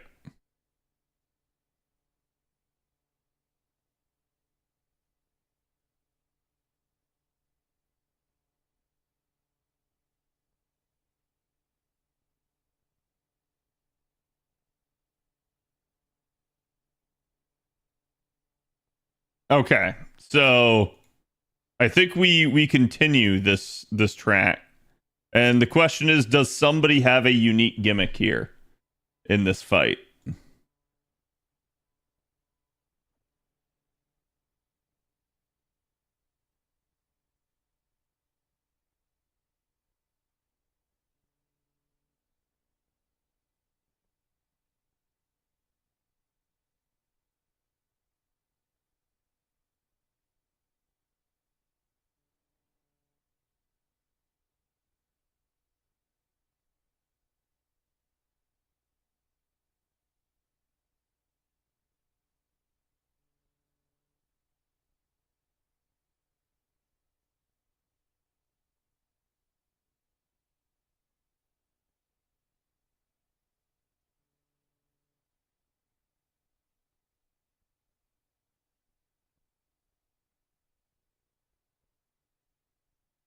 Oh, should I try to make this as difficult as possible?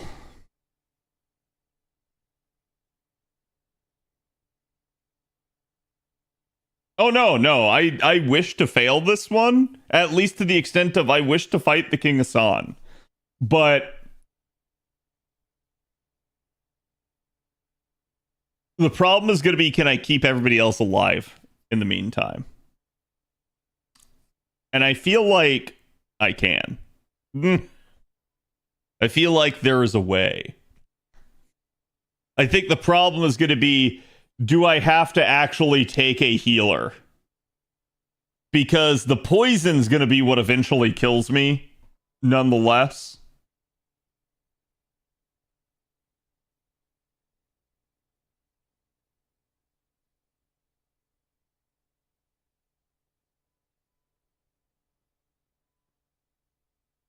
Take Castoria? I mean, that's not going to help for death procs. Isn't Mew a healer? Kind of. Will it actually show me Mew's abilities? No, it won't.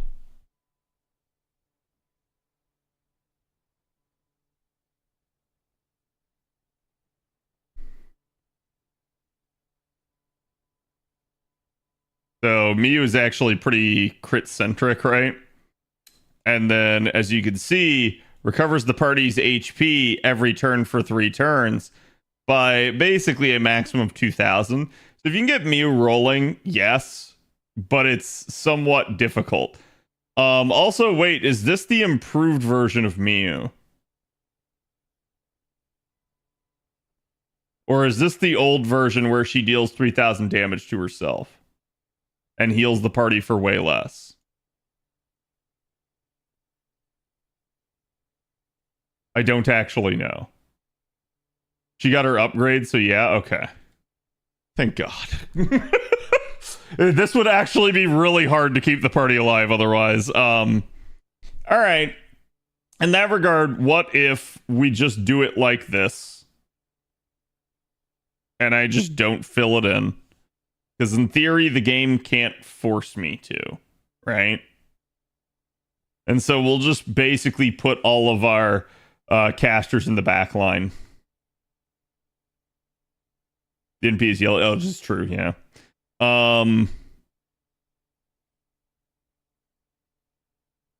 We just literally won't give ourselves a 6 unit. Well, let's try it. I have no idea what to think about this at this point. Super difficult stage. Yes. Super difficult. All right, chat, what's my condition here? Do I need to fail every single one? Or do I just literally, like, do whatever I want? You just want me to fail King Hassan, or do you want me to fail all of them? Because I don't even think I can fail all of them. Like, for instance, I believe this first wave is just guaranteed. Yeah. Like, it'd be what it be. Go ahead and give her her charge. This probably just needs to be a generation wave here.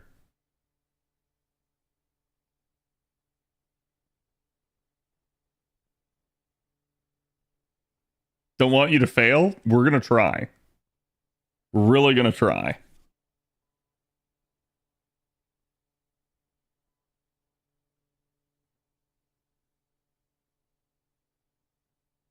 Okay, so we have to actually still kill this sucker.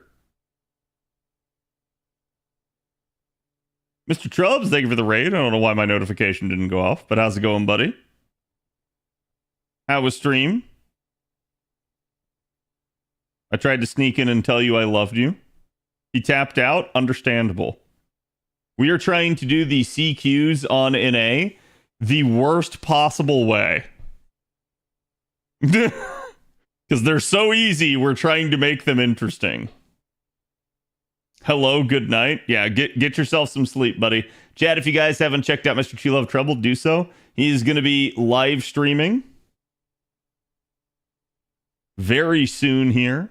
He's going to be doing the JP translation. Make sure you set an alarm, Trubs.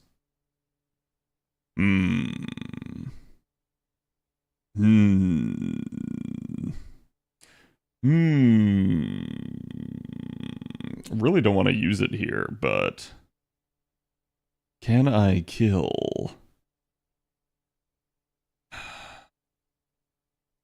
Maybe if I go like that, that, and that?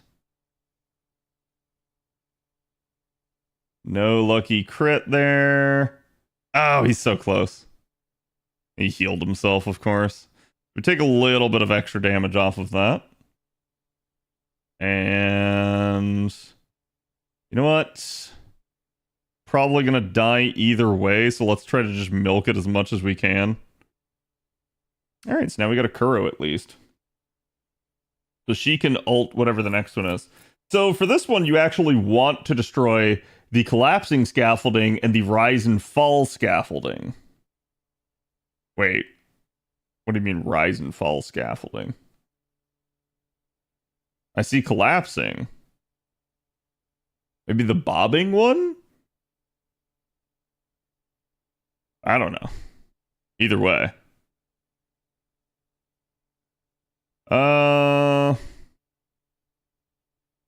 Send it like that. Just give myself a mighty chain. Get a little bit of extra stars. Oh look, it's poison trap. He's got like 8 hours, yeah. Oh. Wow, she hits hard. So she's probably dead. All right, full send it. I mean, even if I healed her, I guess it depends. Well, I could cleanse. Oh, it's just mental debuffs. Ah. Ah.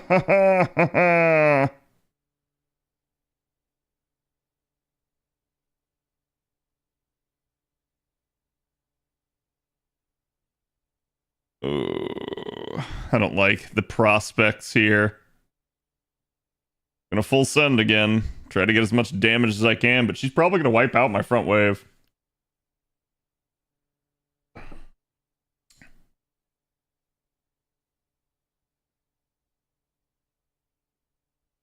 He one-shot all of my people. Yeah, we'll see. This one may not be doable to the worst extent, but we're still gonna try. Still gonna try.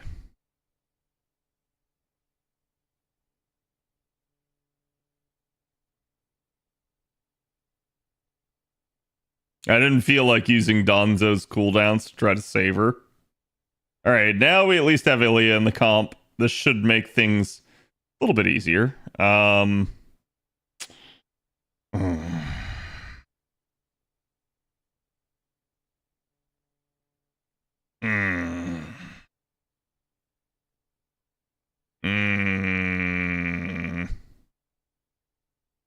I would have really liked to have kept him for King Hassan, but I don't think I can. And still manage to live to tell the tale. I am going to pop this on her. I could try to give Ilya more damage or just go for the triple arts. I think the triple arts is probably just safer.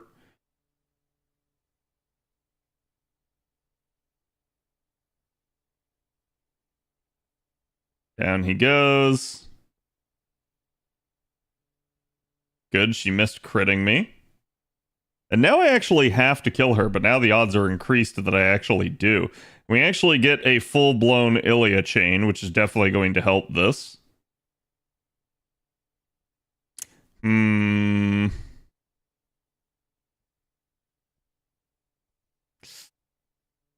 Whatever.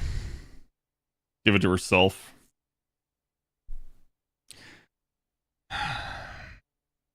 And do I want to? Yeah, I feel like I do. But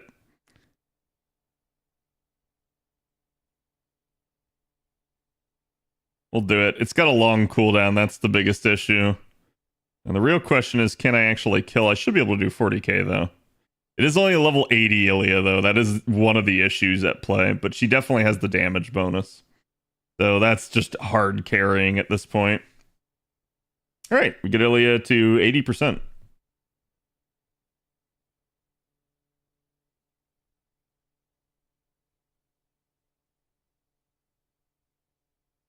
All right, now we are in battle 3. We're supposed to do flat scaffolding and jagged scaffolding.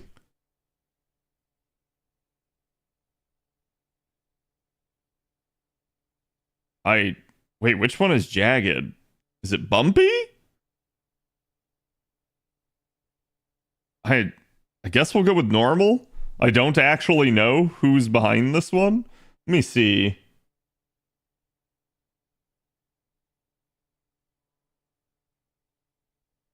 They all just look like they're booby traps?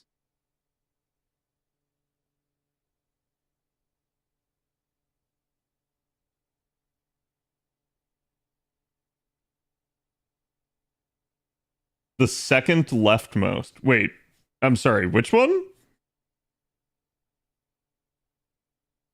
Like, are you talking about the one I'm currently targeting? The normal footing one? That doesn't seem right.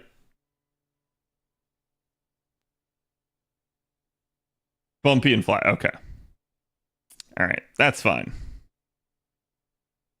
Oh, that's a triple arch chain. I can absolutely abuse that. Pop that. Kind of get it on cooldown. Realistically, none of this matters, so just send it. And we'll see what we get here from targeting normal.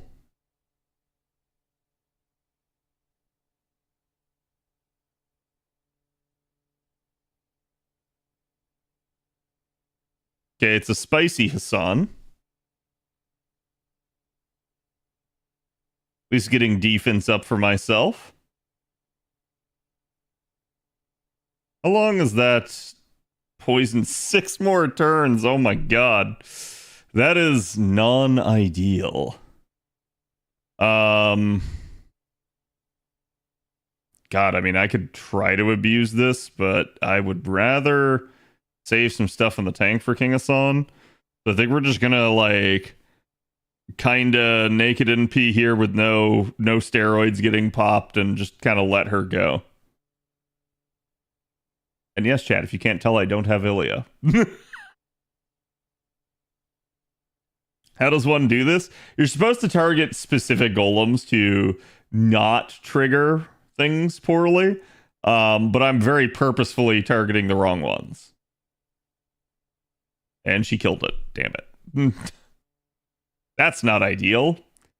So I'm going to assume this one, the leading to the ravine, is the one that I'm not supposed to target.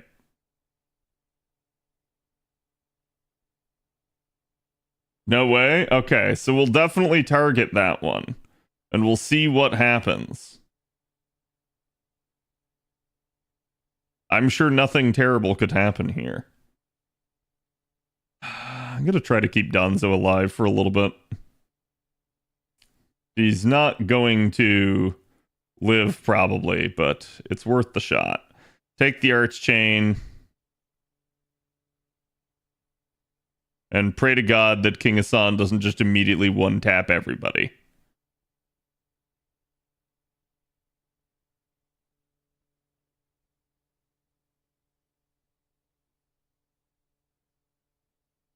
You've chosen. Oh, Jesus. Yeah, the problem is going to be if he actually death procs me at any given point. That will be not ideal. Plus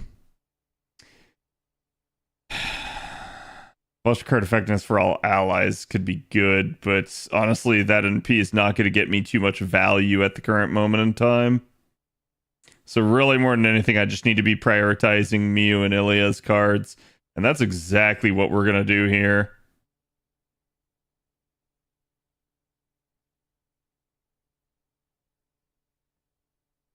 Mia's going to get to her NP. Going to chunk him for only about 8k, which is blah. Yeah, this is going to be spicy trying to live. I really need to, like, set up some actual good NPs here, because otherwise this is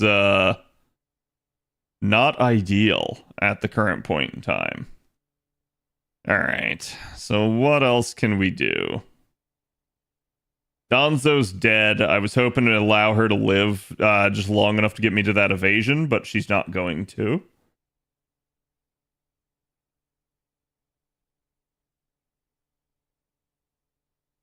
We could Ilya Arts Chain here. And that should top me off a little bit. Why does King Hassan have 2 million HP? Don't worry about it.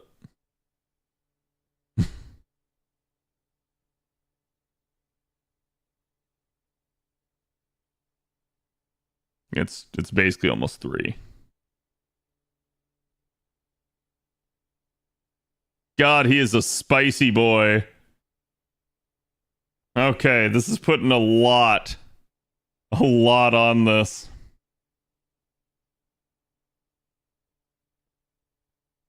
I'd really rather not pop that, and I don't think Miyu's Guts is going to stack here. So at that point, I'm going to pop this and try to keep her alive. Pop that, try to heal her some, and pray to God.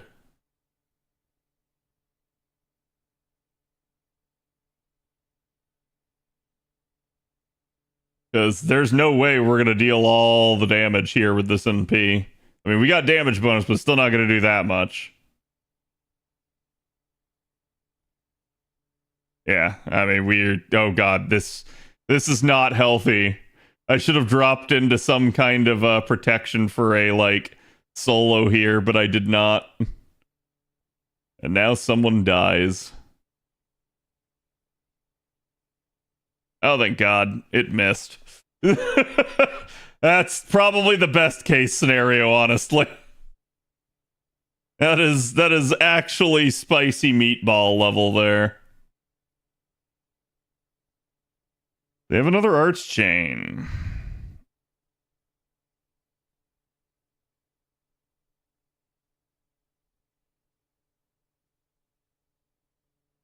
Gonna keep popping that on cooldown realistically, but not a whole lot we can do at the moment.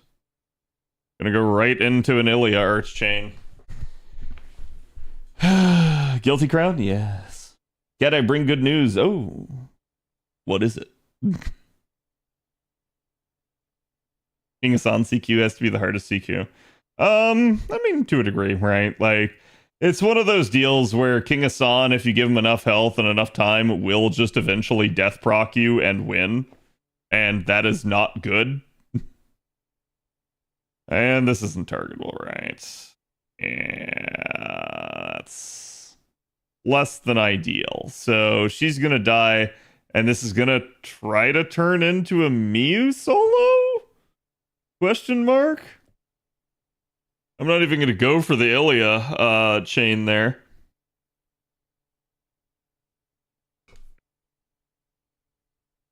Only 2 million, yeah. Is this a Nad win moment? No. We have successfully removed 1 million of his HP. This one definitely has a failure condition. And that failure condition is King Hassan not liking you.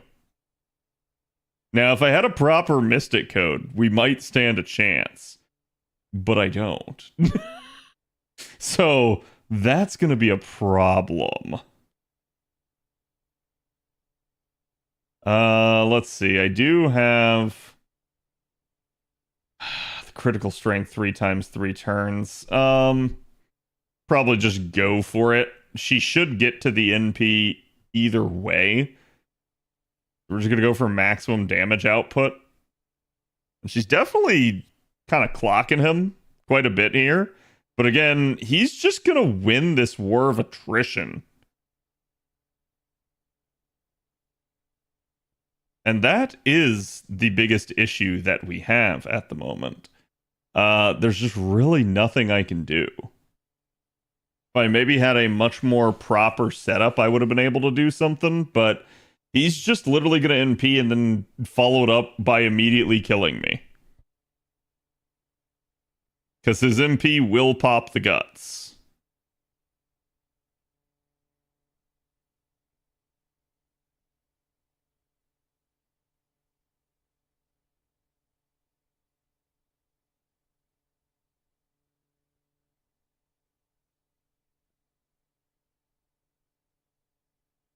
Okay, we get turn end there, but it's game over. There's nothing I can really do. I can just pray to God and hope that somehow everything goes my way. It's not going to. Go for that, and that. Now let's see how much we can manage. Just crit for 1.7 million? Yeah, totally.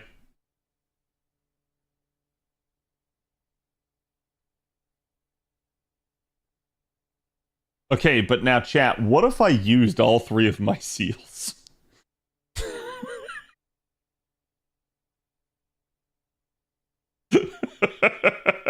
What if I used all 3 of my seals, chat? What if we decided to do it anyways? Could it be done? We only have 1.5 million to go. I don't see a downside to this. And I do feel like there's definitely, like, if I had included a 6 member, this is certainly doable. But I also feel like I should just go for it. Might as well, just for the memes at this point. Okay, so we can full send that. We can absolutely try to get rid of that man's crit chance by just a slight tad there. And we can debuff him a little bit more. I think though, what I'm going to do to begin with here is, for starters, I'm going to pray to God that not everybody immediately dies. But then from there, I'm just going to do one of these. Since she has her tricolor buff popped this turn specifically, if she does get a lucky arts crit, she might actually manage to loop.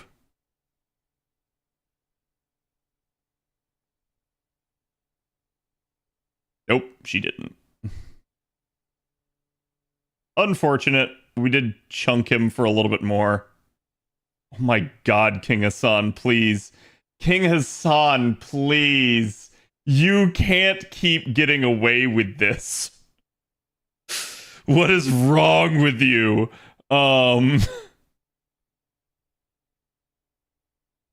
Okay, let's do one of those. I'm just gonna give her the evasion. Like, I don't care.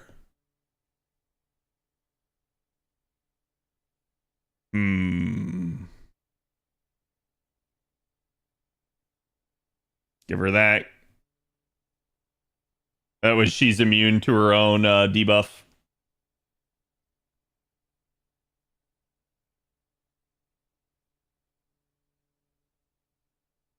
And just keep sending Ilya.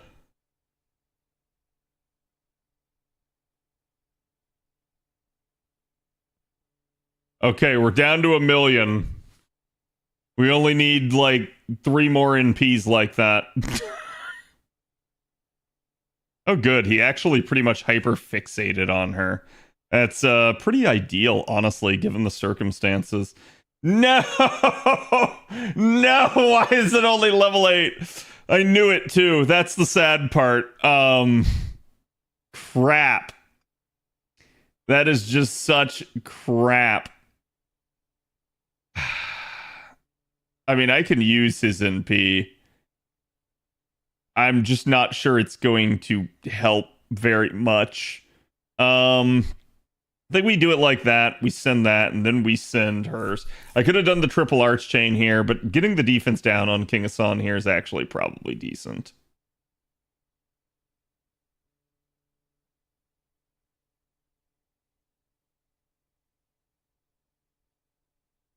And then hopefully he doesn't death proc me.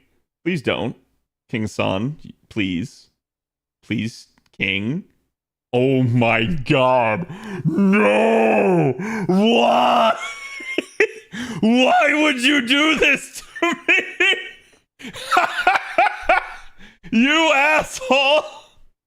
You know what you did! I was only saved by that guts. Holy shit, dude. Oh. Okay. Yeah.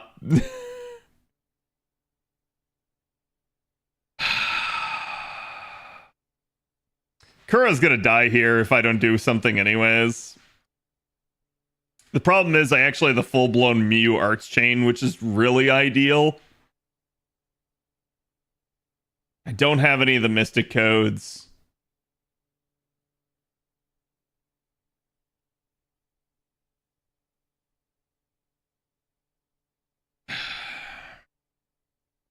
Send it. Send it. Pray to God.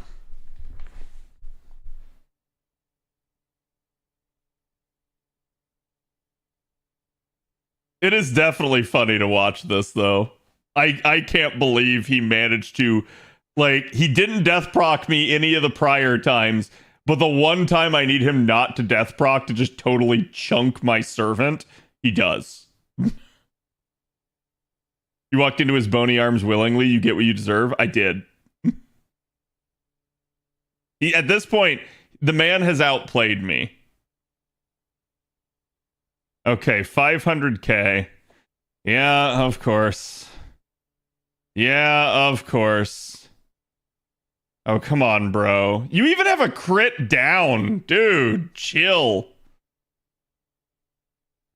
I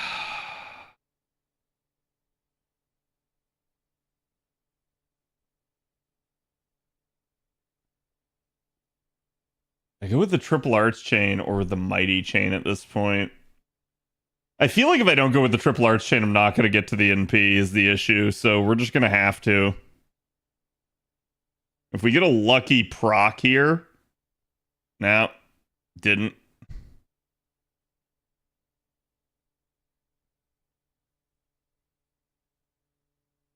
Bro. I can't believe it. He won again. This mother... I had a chance maybe if he didn't pop the guts there, but there is nothing I can do at this point.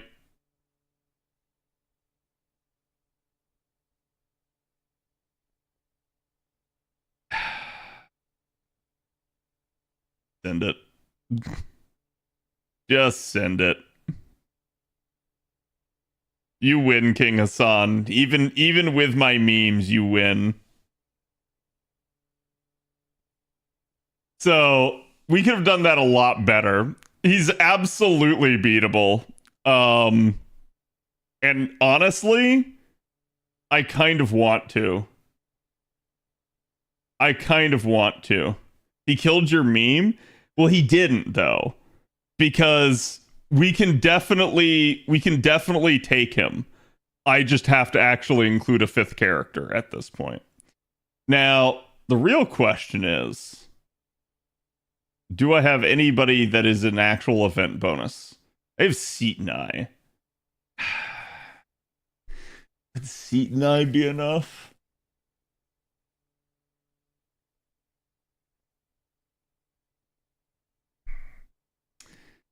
I don't have the damage CE.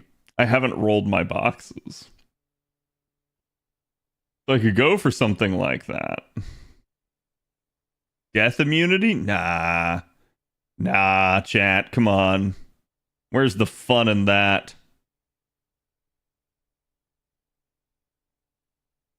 Honestly, cleanse? I mean, I guess like the...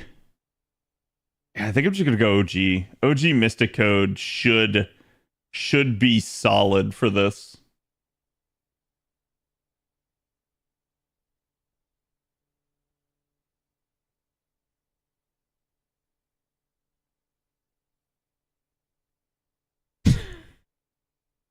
Just substitute Bazette for King Hassan and this slaughter.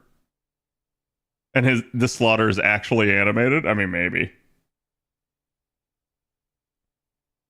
The problem is keeping Bazette alive through that. I'm not even sure that this comp will work, but we'll try.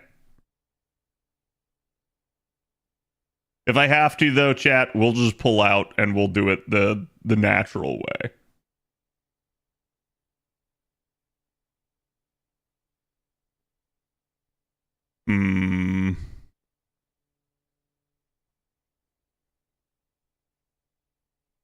Just gonna get him the Star Gen.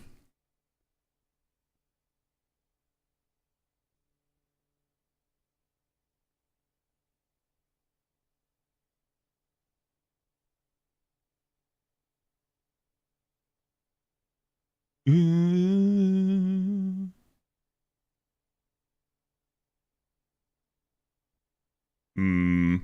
could go ahead and preemptively use this and try to get it on cooldown. I'm not sure that's the best choice, but let's go for it.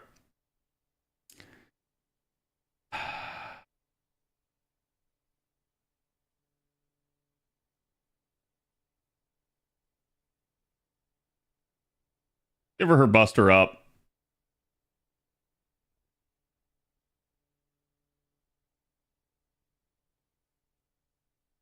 She at least got the 2 crits there. Not bad. Some good RNG for once.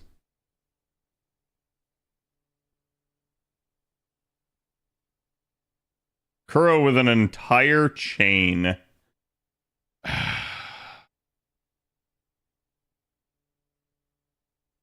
Now I can go Mighty Chain. And I think I will. But, like, the potential to just go, like, Buster Arts was there. So she's not going to quite get to the NP.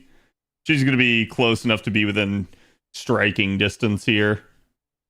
So if I'm lucky, I might be able to do it. All right, so the one here was collapsing or bobbing. So we want to go moist again. We could try small. I have no idea what small scaffolding will be this time.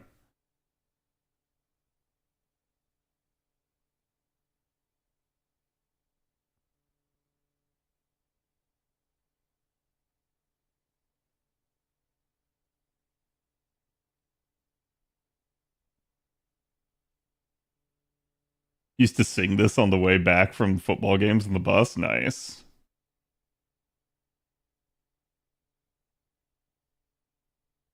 Okay. He's just raw damage. He's not do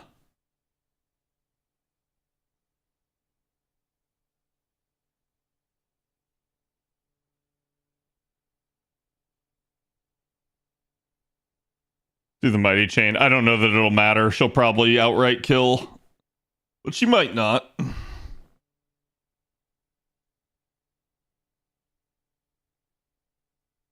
Oh, good. She actually left him alive. It actually does allow me to get a little bit more off of him.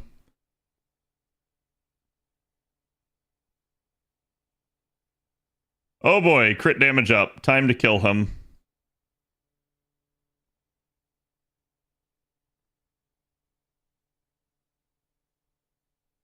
And I do 30k. With the max damage mighty chain. Yeah, we got it. Okay. Yeah, that was one of those, like, the second we saw the second card, I knew, but it wasn't sure from the outset. Alright, and then this one... We did normal footing last time, was it?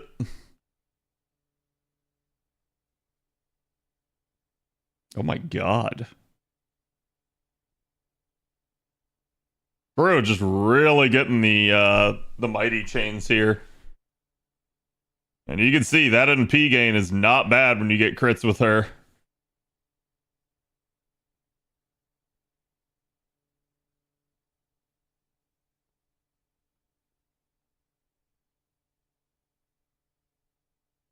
Damn it, dude. Really? Like, just immediately, like, pops him. That's freaking rough. I was just sitting there thinking, like, man, you know, I'm actually going into King Hassan pretty strong at this point. But that does not help.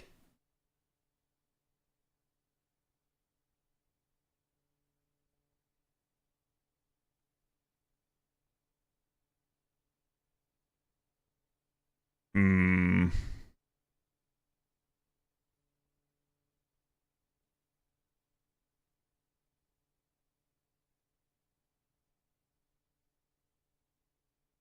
The full-blown one turn? Yes, it was. Okay.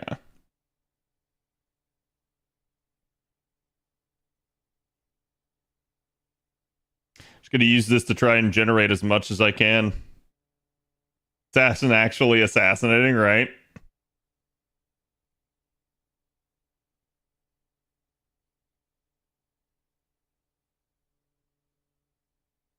That should make it pretty much impossible for him to crit for a little bit here.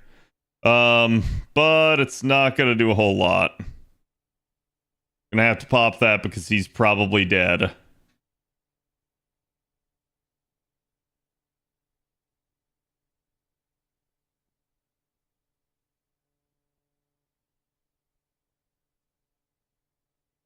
I'm gonna actually prioritize Kuro's life here.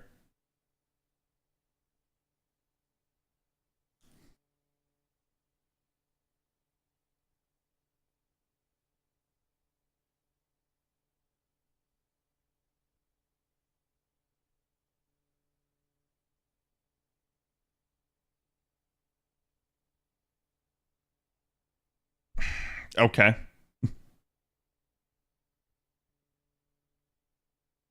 She doesn't have a brave chain. Damn. You have damage bonus, but he's not demonic. Let's send it. Let's see. I might have to scuff this. Is it worth it to keep farming the event, even though I already did 450 rotations? It's up to you. All right, she did clear. King Hassan. Did he attack right away after this chat last time? I don't remember. See, now things are not good. We're going into this basically like lambs to the slaughter. So I'm going to end up pretty much right the exact same point. And it's all because of how badly that dude chunked me.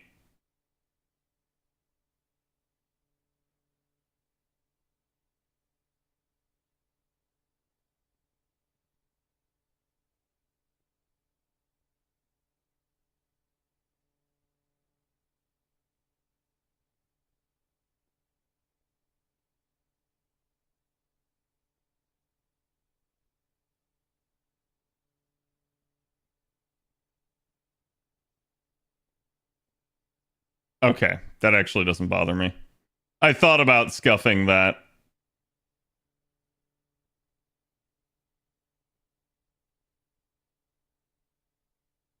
She has the buff success chance from her other stuff.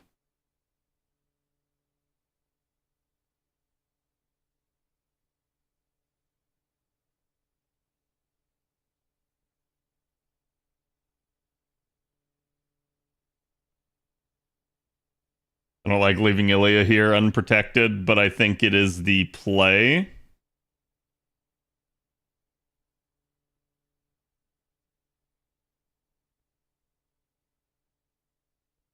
Still not enough.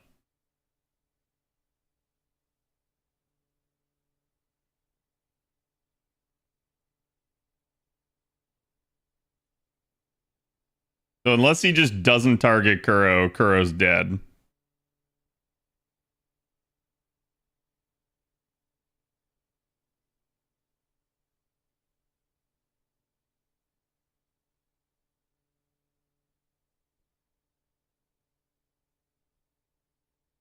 Giving up on Kuro at this point. She's not going to get an NP.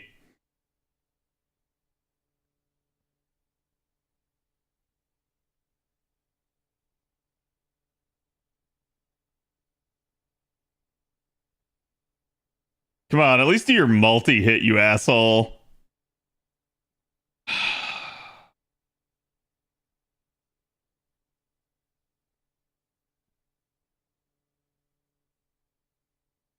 %98. Oh my god.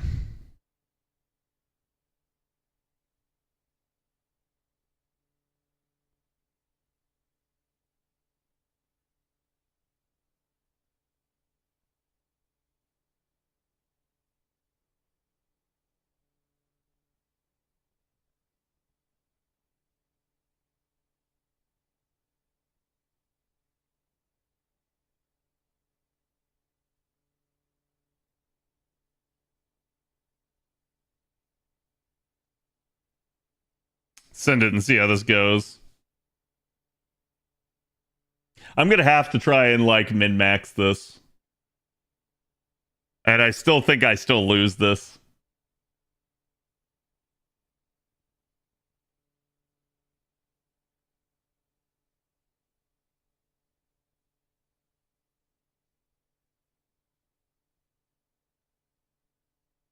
Good God.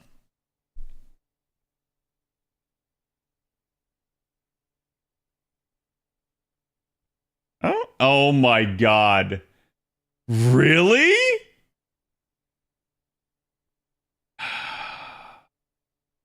Dude, that I can't have. Like, if he had just targeted her with the NP, that was actually ideal, but the death proc killed me. I can't have him immediately take a maxed out unit like that and just take them to the cleaner. That was screwed.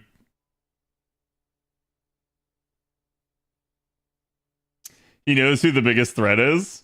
Honestly, she's probably not, given the fact that I don't have the damage C on her. But I definitely need to get some mileage out of her, and I'm just not going to get any of that at this point in time. I really...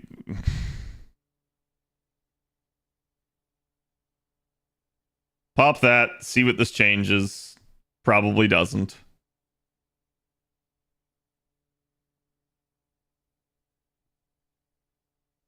Killed by Death, if only there was a metal song by that name. Yeah.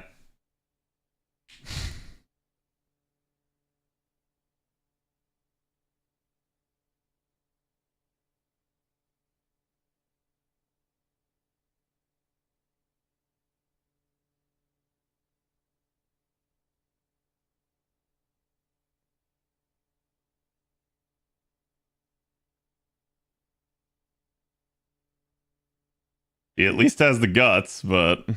Oh, he actually didn't pop it. It's kind of wild, not gonna lie.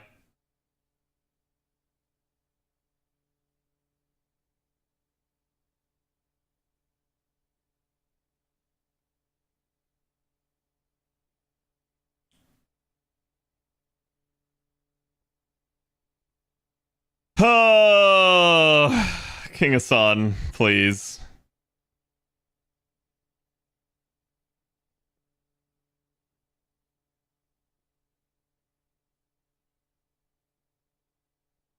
God, that's so weak. There's no way, chat. This is a scuff.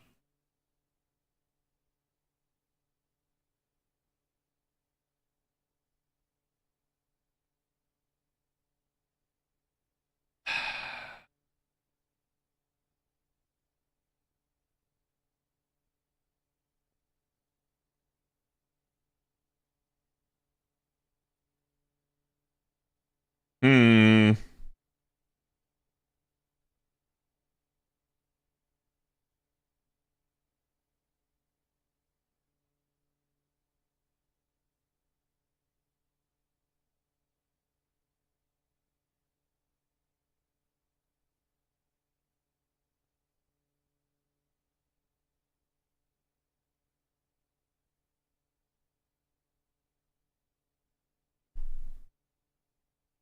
And we're right back where we started.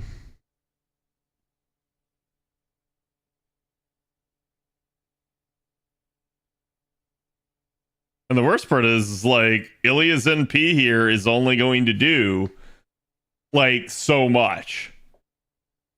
Like, we're going to get him maybe to half.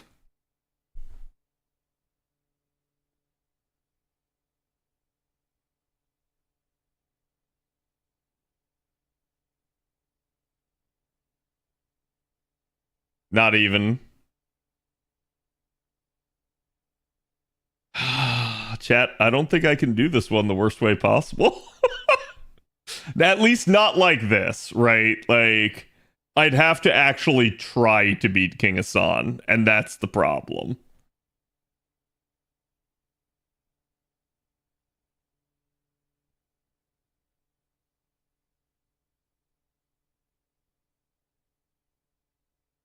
Give me the most stars.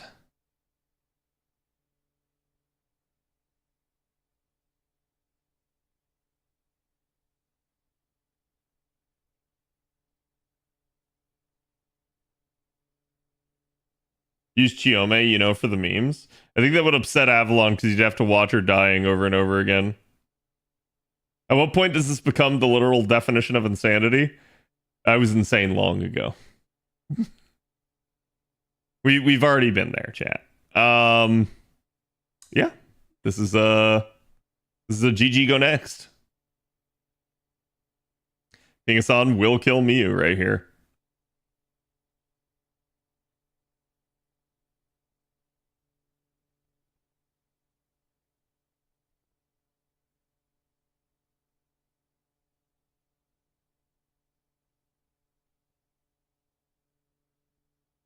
Because the man just auto crits. Like. That was actually worse than the prior attempt. That's freaking wild. Yeah, chat, I think that one we just have to do it the legitimate way. We don't do it the bad way. It is what it is. So that one is a failure. I cannot do that quest the worst possible way. It just it's too annoying.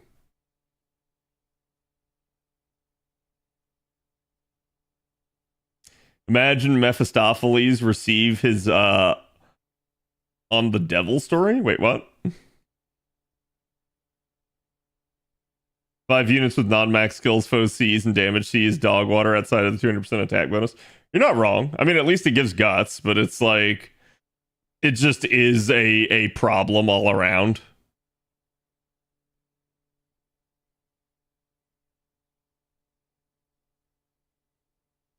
Okay. Boom, boom, boom.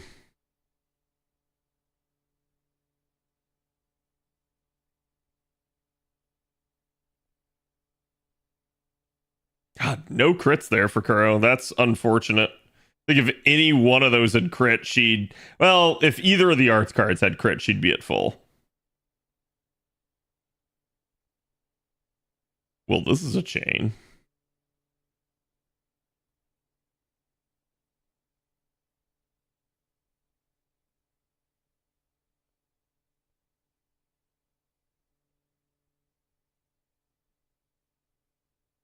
And there we go. There were all my crits.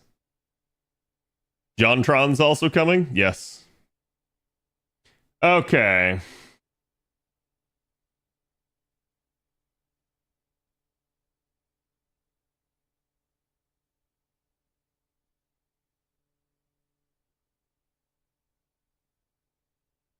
So because I can't do it the worst possible way, we're just going to do it the easiest way.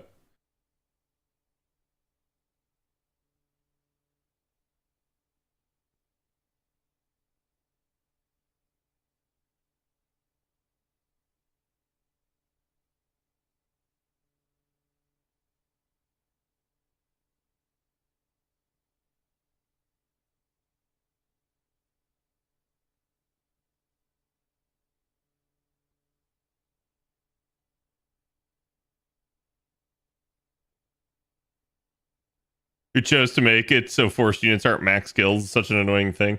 I've said before, I really feel like it sets a bad precedent to the community. Okay, so that's battle 2. This one is flat or jagged. Go with flat. You'll notice, like, just the sheer amount of, like, difficulty drop by choosing the correct ones. Like, you can't even, like, they really are gimmick. You can't even really call them a challenge if you do them the normal way they're supposed to be done.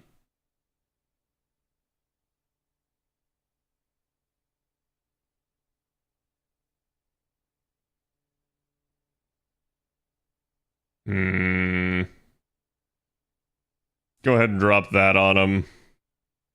Heal up, Kotaro. It's just mini puzzles. It is. And that's honest to God why I think, like, I don't mind these. I've seen people complaining and they're like, oh, like, these are so brain dead and stuff. And I'm like, it's a Lotto, guys. We really shouldn't be having long, protracted CQs that make us have to, like, constantly redo them and think too much. Tesla Fest was a travesty in that sense. I know some people really like Tesla Fest, but I'm gonna say it's like, to me, while I don't mind them giving like a challenge fight to people in that, I do feel like, wait, ordinary scaffolding. I assume that's just gonna be normal footing is the one that I need to do here. But it's like, I understand why some people want it.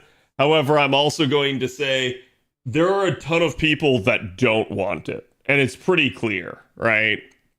Like, at that point, I know it's not the popular thing to say. I know people really do like challenge content to some degree. But unfortunately, it is what it is. And I think trying to combine the Lotto, which is a time that a lot of people really want to try and min-max stuff, with a challenge-centric event is not a good combination. And I want to be clear here. It's like, I'm A-okay with them doing challenge fights as long as it's like not during a Lotto. In fact, I think they should have an event that is purely like challenge event, almost like the Dante's Tower event that we had way back in the day. I think that was actually really cool, and I think they should start to do stuff like that again, rather than, hey, I'm gonna try to like make it so you don't have enough time to farm and stuff like that. Pure CQ event sounds fun, yeah.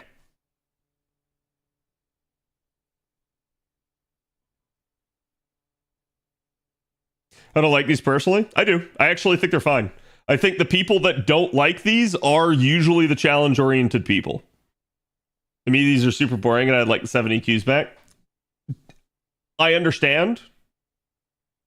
I just think that there are people out there that vastly prefer this approach during a Lotto.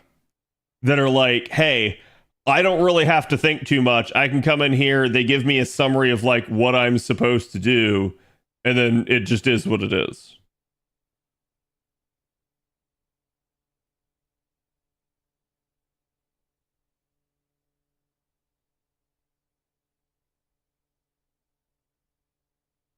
Was that not the right one either? Oh well. Should be fine as long as he doesn't crit my entire front line to death. Which he's trying to do.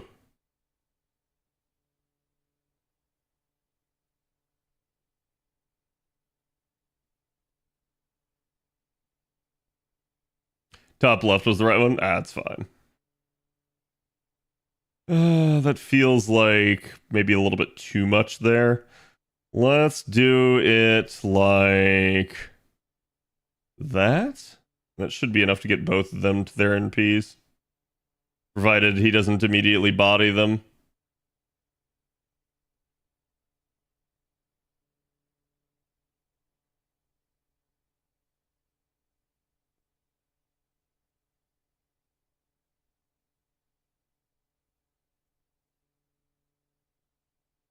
How about not? Give me the mighty chain.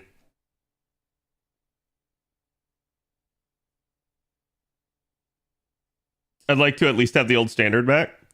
The issue at Play Avalon, and the devs did address this.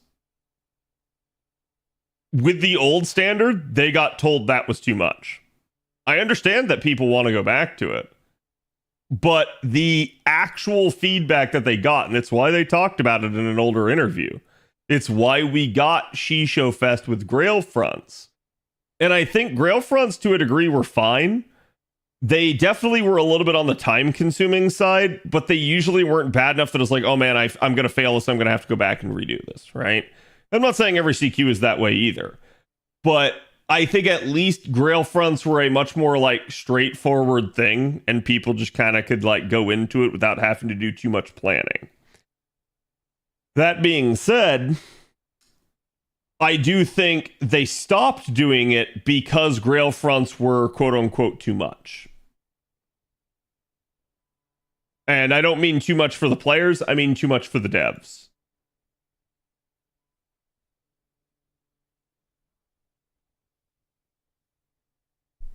Okay, Simple Simon Says game.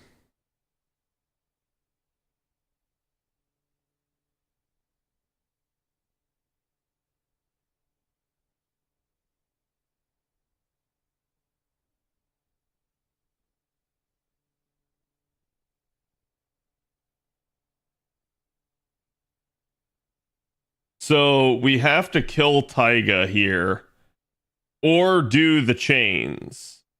But how much health are we dealing with Taiga?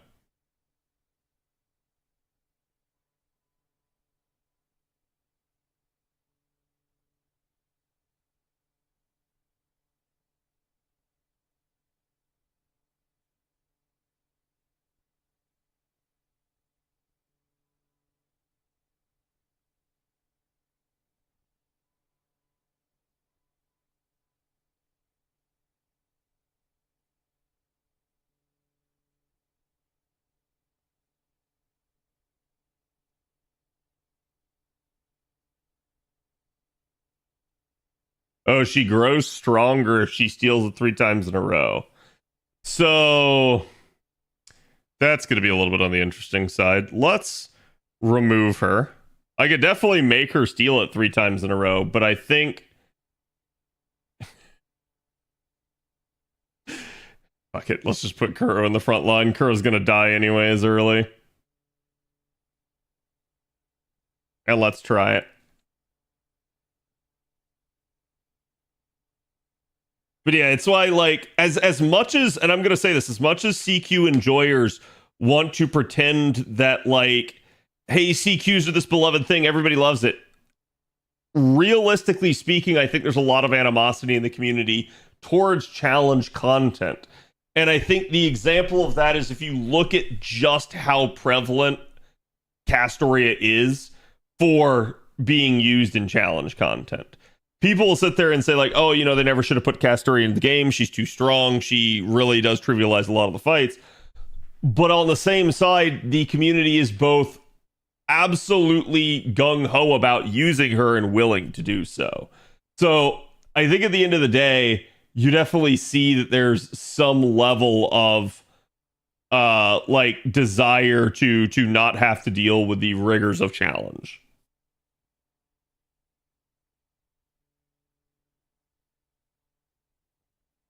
I don't know why people complain about it. I don't really know either, because it's definitely something where it's like, if you want the challenge, you don't take Castoria. You can self-censor yourself in that regard. It's just an interesting thing to see over time. But that's why I'm going to say, it's like, at the end of the day, it tells me what the overarching community consensus is. Nobody ever wants to admit, like, oh, hey, I'm bad at doing challenge quests. I don't like challenge quests. But I do think it's there. I do think that mentality is a thing. Okay, let's do that. If only I could buff strip her. So I love Kukulun there.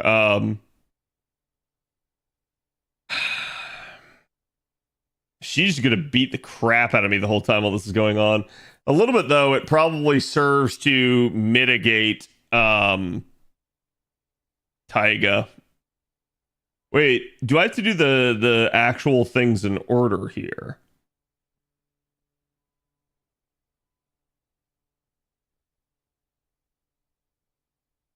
Cats doesn't attack, does she? Okay.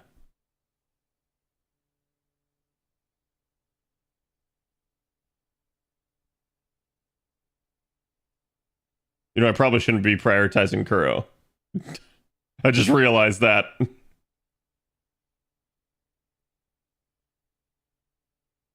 Kuro's actually okay. It looks like the class type is getting negated anyways.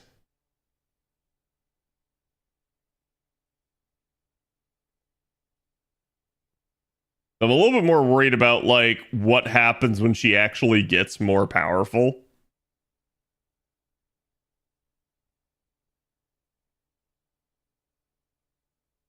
They're forcing him to use her, yeah.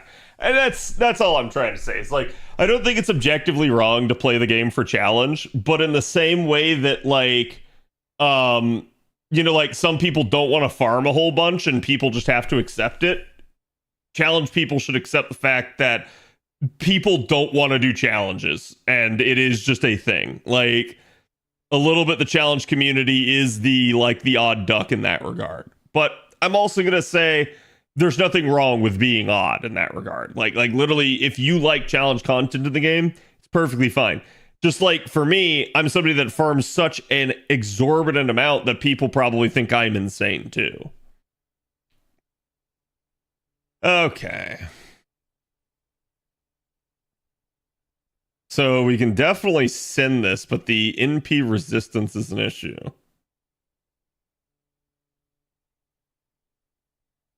And we're doing so little damage to her.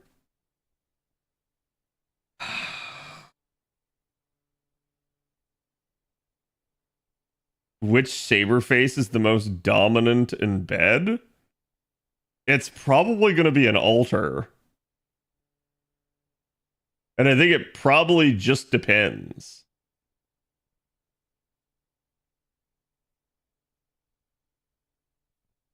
Which, wait, does that mean that, like, a bunch of the altar simps out there are actually just, like they're just bottoms? Is that what I'm realizing about that?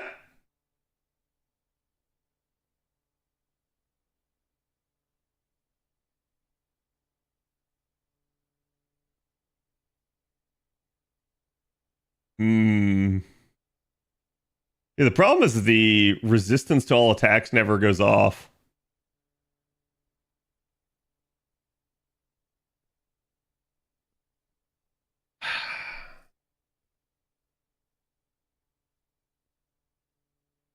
When incapacitated or in fall state. So essentially, I don't know that there's a way I can do this one easier because she's either just going to take no damage or I'm going to have to do the chain. That's what I'm beginning to realize here. This is just pretty much a, like, right out sort of scenario.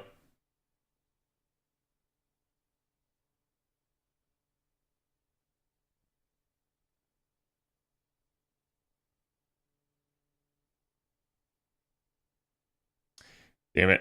I did an arch chain. I don't know if this is going to work.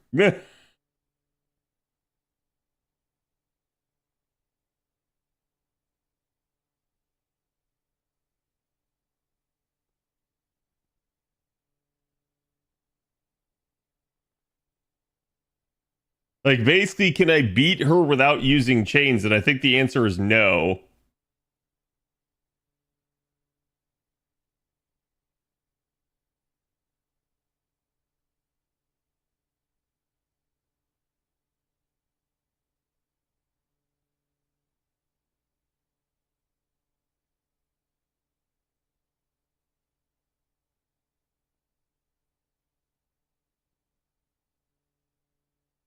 Well, she's going to have to send this one on. I'm not sure there's a worst possible way to do this. The gimmick just doesn't allow for it.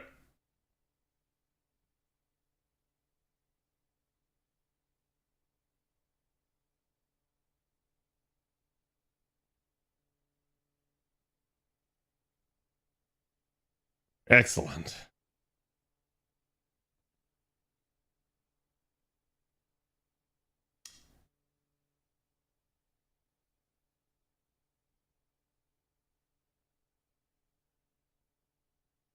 Mm.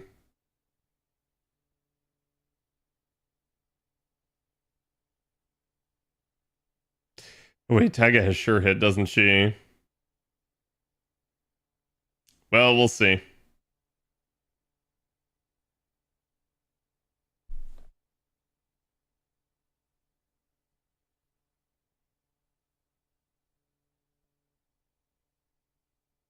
Well, it's too easy to form the chains a little bit. Eventually, they just might randomly hit those chains. Yeah, like if you understand basic carding, you probably will.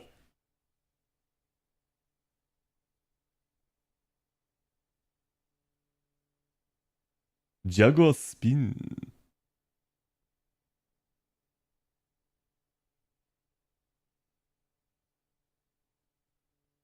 Uh-oh.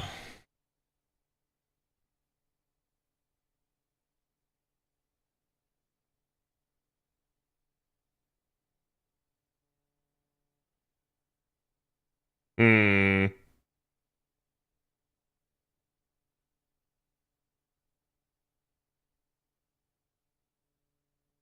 She actually got incapacitated.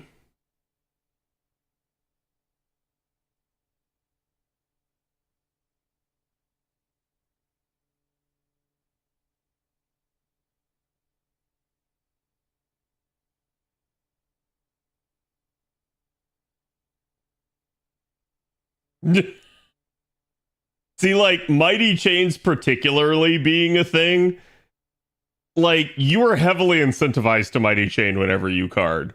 So, yeah, you would probably just eventually get away with this. Even trying not to, I think you would almost get forced into it at points.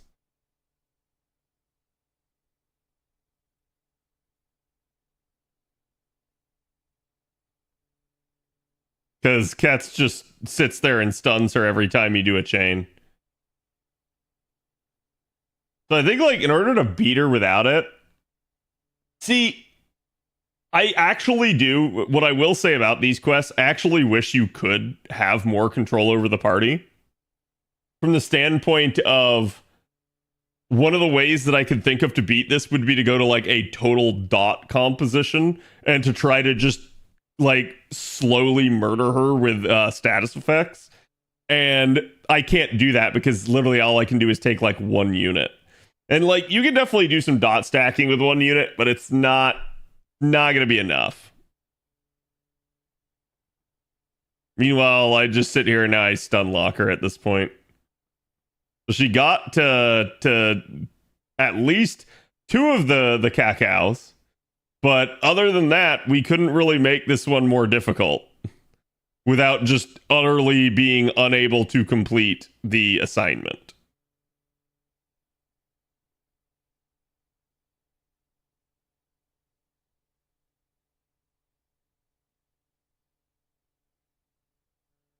Oh.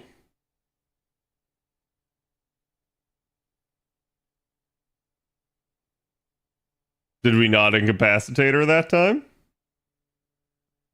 Interesting. Mighty chains don't always work though. Yeah, I think there's, like, maybe a specific chain it's looking for. I'm not entirely certain. Oh, finally killed Kuro.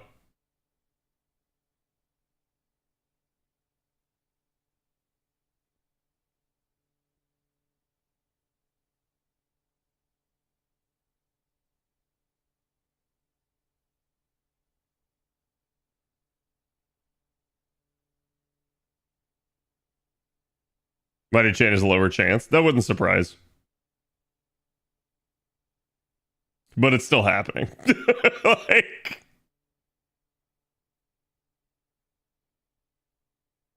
it's also like, so a lot of the mighty chains I'm doing here are mighty brave chains. So it's definitely a thing where it's going to happen a whole bunch. I literally just prioritize keeping Ilya alive for a little bit here. Because you have the chance from a mighty chain, then you have the chance from a brave chain. So I assume they stack, at least to some degree. Just enough. We'll just go ahead and send that one. OG Arturia beat the crap out of her? Oh, yeah.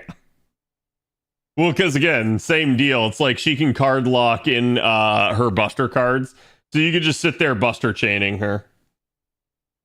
Which actually, I think buster chain is the only chain I haven't pulled off here. Because I've done all quick, all arts, all brave, all mighty, but I haven't done buster.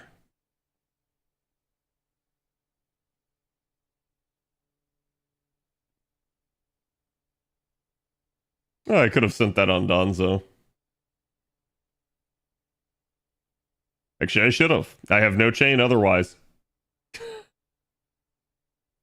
I guess, well, I could do mighty chain. So there's a chance. And it happened.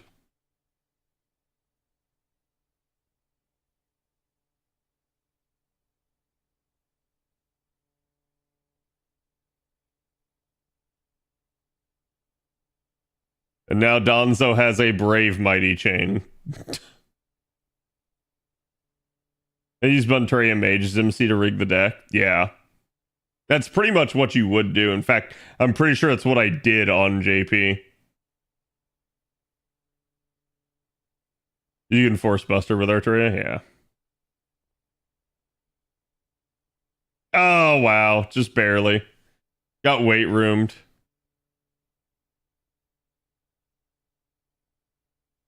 Now the question is, can I kill Taiga without a chain?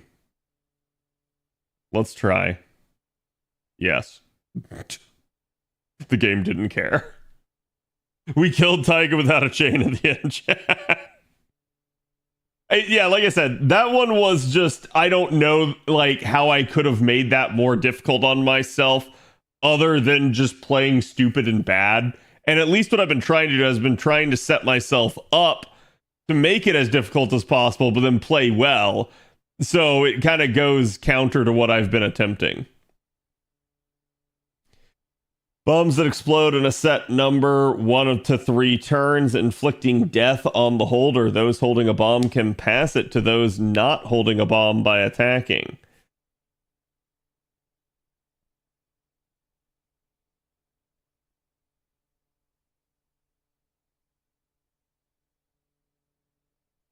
Passing the bomb back and forth between enemies and allies. Oh, right. Yeah, this is hot potato.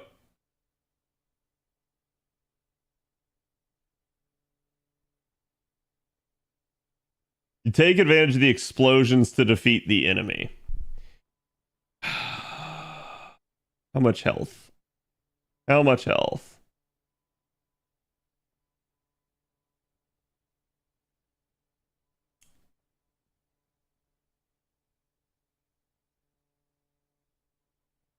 So, ooh, that's kind of spicy. They all are assassins, though, and I do have 2 assassins here, so that's not difficult. So I think the better question is, can I manage to defeat everyone without using the bombs?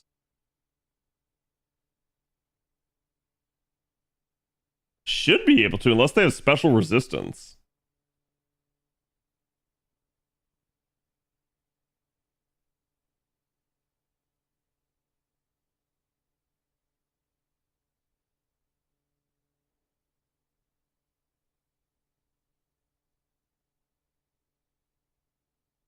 Oh, yeah. Yeah, you're right. It does say right there on the screen. Damn. This is another one. It's like, it's so restrictive. I don't know that you can do it harder.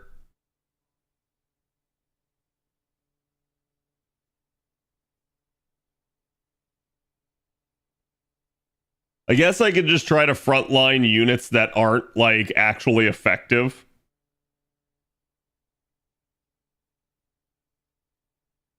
That's right, chat. We're putting the casters.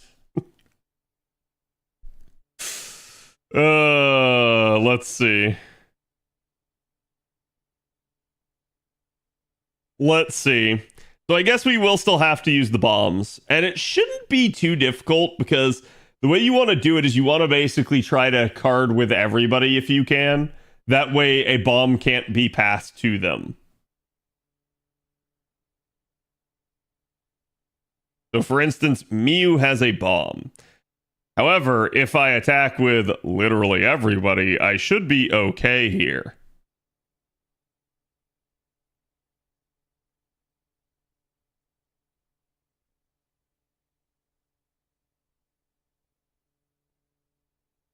I think that's the way I want to handle it.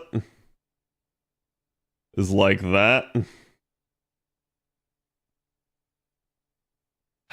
You know what? Let's do it like that.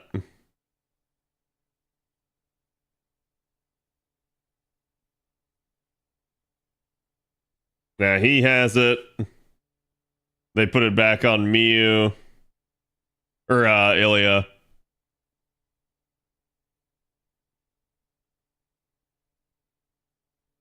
You can't prevent it with any sort of invuln or evasion, Guts is the only thing, and it doesn't prevent it. It'll revive you after it tries to blow you up.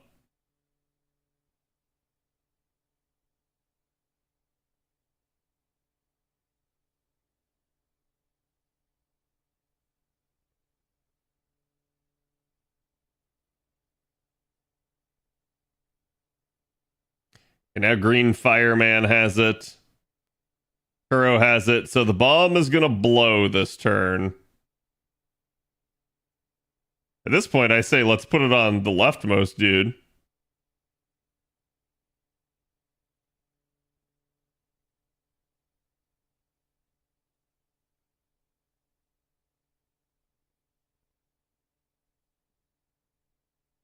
And down he goes.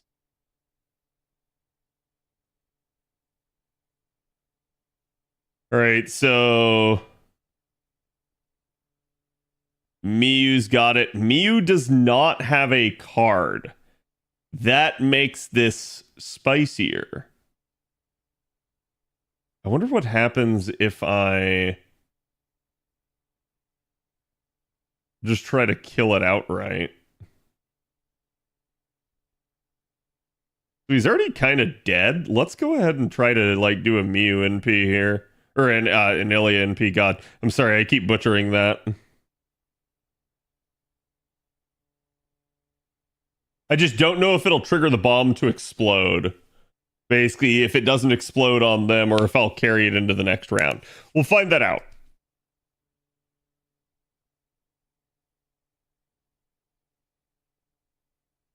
Well, we won't. Oh, he evaded, you little asshole. And boom goes the dynamite. So she's saved by her guts.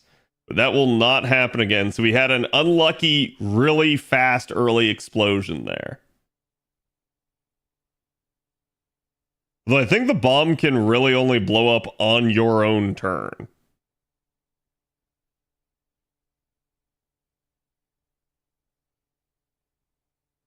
I probably could try to outright kill. Milia, yes.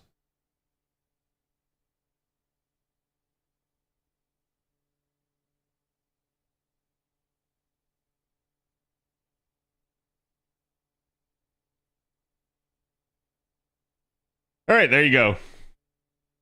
So that murder hoboed him. Now we have 2 bombs. Excellent. Just what I hoped.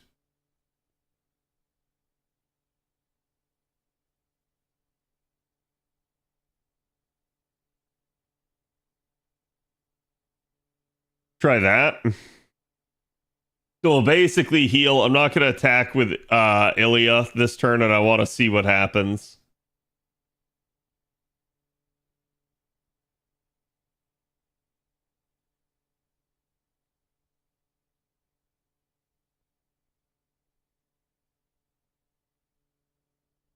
Wow, that did not do a lot of damage. That special resistance is kind of nasty. Okay, Miyu's got the bomb. Or Ilya's got the bomb. God damn it. I'm sorry. Just right back and forth here. The Black Fireman is at least going to charge me a bunch. So that's probably ideal. Let's heal Miyu. And who needs it used? It's Ilya. Ilya only has the 1 card. I'm going to keep trying to loop Miyu's NP as much as humanly possible. All right, down goes 1. Down goes the 2nd. Sweet. What the heck is that? There's already only 3 remaining. Interesting.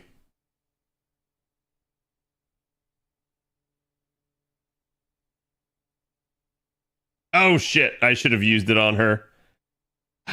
She's still got her guts though, so we should be okay-ish.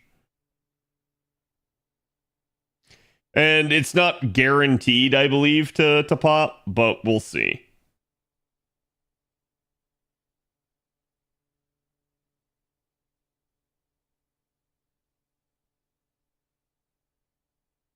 We're gonna find the Lotto spreadsheet again? Right there, thank you, Jay. Or is that no, that's not it at all. Is it exclamation point Lotto? Thank you. It did blow up again, god damn. And down she goes. Okay, now I bring in one of the assassins. So the fact that I did this basically with the casters in the front line's friggin' hilarious.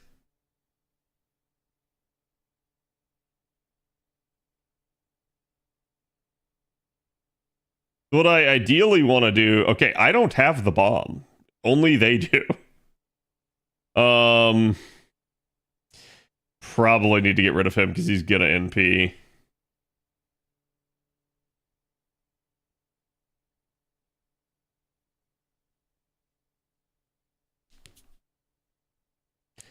He's been definitely useful, though. He's not high damage, and he charges me.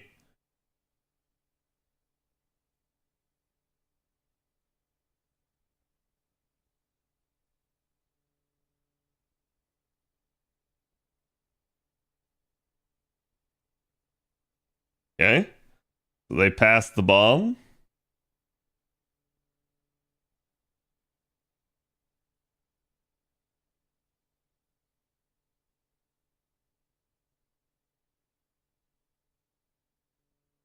Toss the hot potato for lucky it blows up. Never mind. I don't want it to blow up. Don't blow up. Oh, what the heck? Also, brutal bomb. Wait. Could explode at any time. Isn't that how they always are?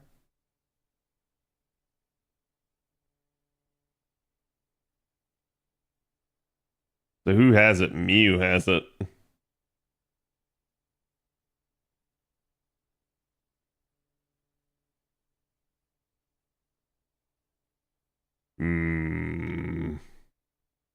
Try to do it like that. I have to try to prevent him from NPing if possible.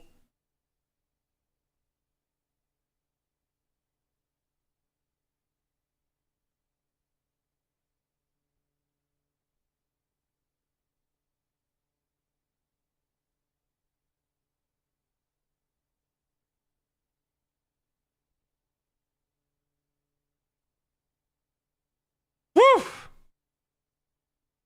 Getting spicy up in here.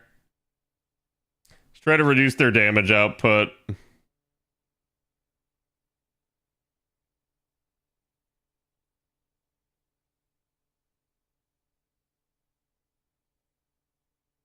Problem is, I'm definitely going to get MP'd one of these times. Look, chat. She's got the bomb coming out of her. It's funny that it's still there in the NP animation. I actually really like that.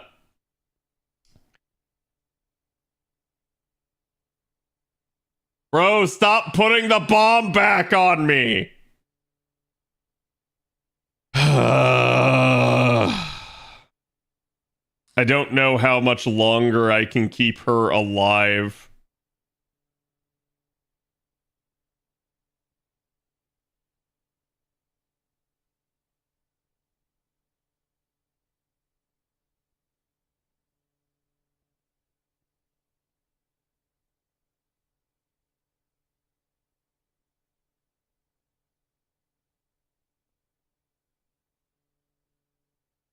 Please blow up.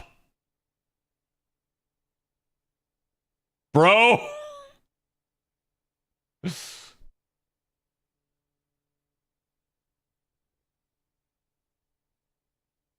Okay, it at least got rid of his guts now. So now both of them have the potential to be killed. Donzo's got the first one.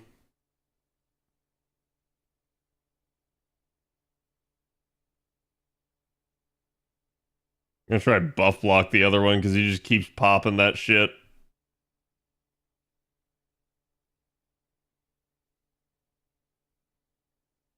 Gonna try to keep at least Mew alive since she can heal. She has her charge next turn. We're probably fine on that. Granted,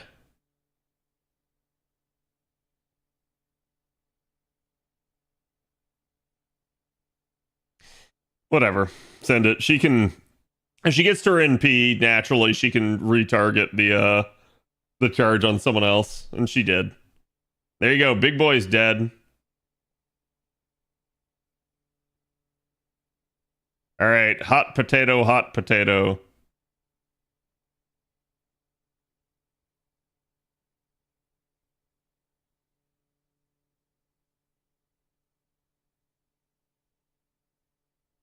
Go with the mighty chain. You might just kill it naturally, but I doubt it. It's probably going to die to the bomb. Yeah, if you didn't have Miyu in this for healing, these runs would actually be way rougher. Because there is just at least a decent chunk of damage flying around. Alright, Miyu has it again. Gonna try to protect her as much as possible there. Doesn't really matter, we'll put her first. Everybody gets a hit. And it's dead anyways. Yeah, really not a difficult one. Like I said, I started that out pretty much the worst way possible by putting all of the casters in the front, and still, they didn't really deal too much to the casters. It actually worked out quite well still. All right, next one up, chat. We have Anne and Mary. Of course, the pirate's back with cannons. Oh boy.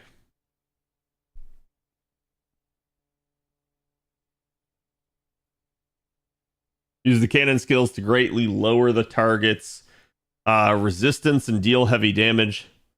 Enemies hit by the cannon will have target focus applied, making them easier to attack.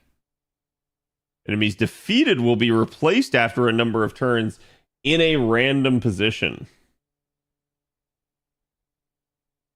Wait, then is there a finite amount, or do I just need to kill a...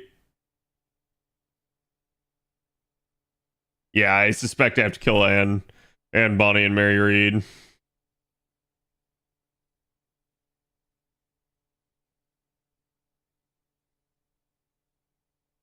Oh, right. Yeah, I forgot about this. You use cannon skills every turn. You must choose. And actually, I like the way they did this. They should have brought this back in a different CQ. Because this was a, like, fun idea.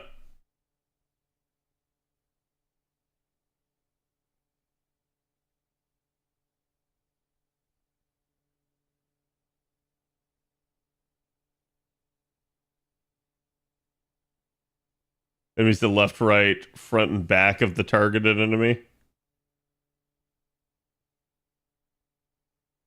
Okay.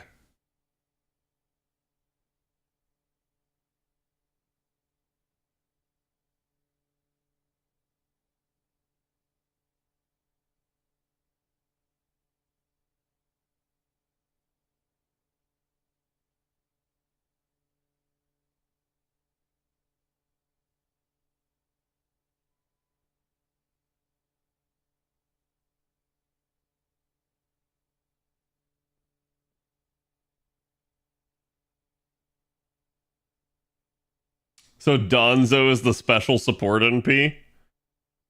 Or support unit for this. So Donzo, you go straight to the back. I don't know. Ilya, get in there.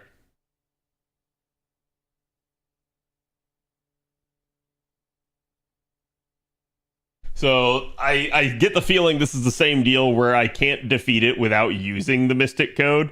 So that can't be the condition, and it's just going to have to go Donzo in the back, which is unfortunate. I wish there was like... I wish that the gimmick was a little bit more open than what it is, but it just kind of feels like that's what they're trying to do with it. Okay, so they all get attack up. Well, not if I do that. Actually, it doesn't look like there's a resistance mechanic here too much. You could use the can skill on the worst possible target on purpose. Yeah, it's theoretically possible.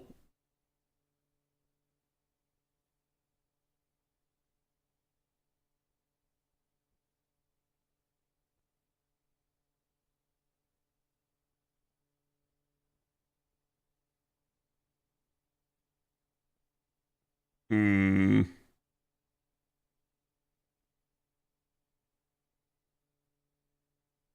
Oh, right. That's the one where you can only choose one of them. I don't care. The ideal goal here being to just kill as many of them as possible.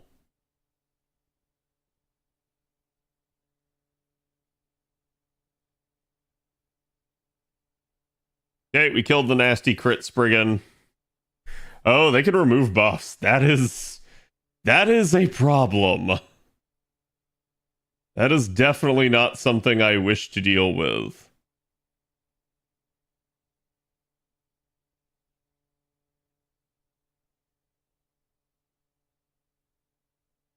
Oops.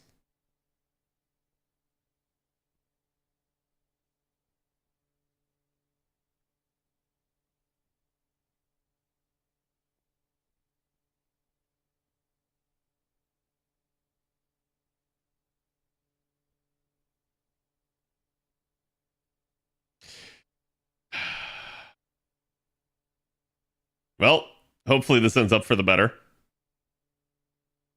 Yeah, we still actually managed to kill one of them.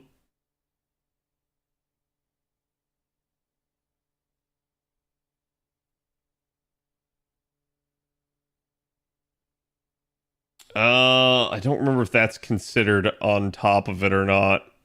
I don't think it is. I think that's the leftmost slot for the top. So doing the vertical one would not help there.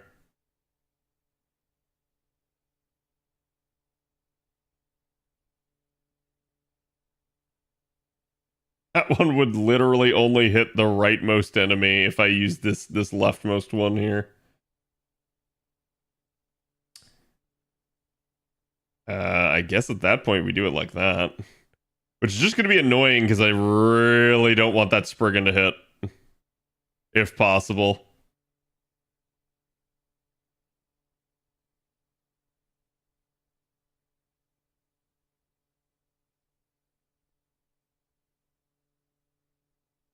We're going to try staggering here in hopes that one of the NPs lands on her.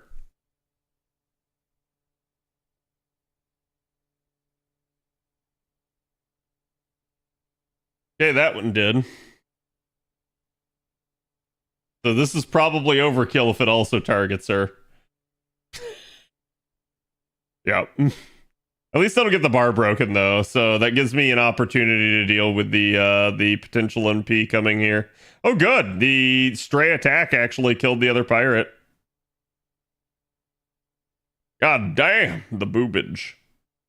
Okay, so she goes away for a little bit. Spriggan do be kicking though. I know what a prince and lover ought to be. Okay, so Spriggan's definitely my target at this point. He's kind of got to die. None of these is good. Just do that. At least that forces me to target the Spriggan. I'm gonna try to prioritize keeping Kuro alive. She seems fairly good for this.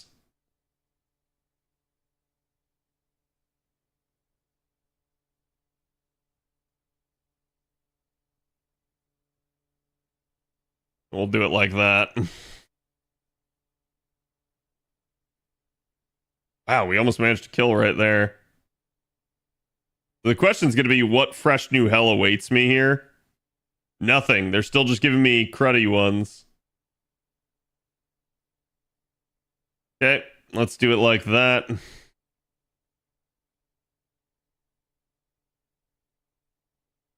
Keep staggering things.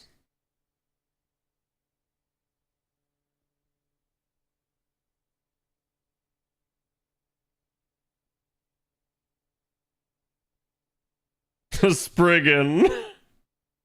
It's always the Spriggan. So basically, like, the easy way to solve this sort of thing is to just try to take out enemies that are quote-unquote problem children.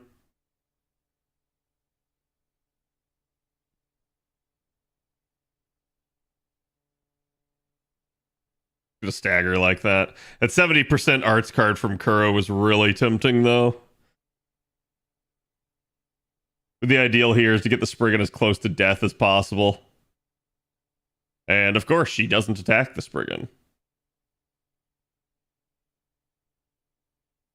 But that does, and that'll kill.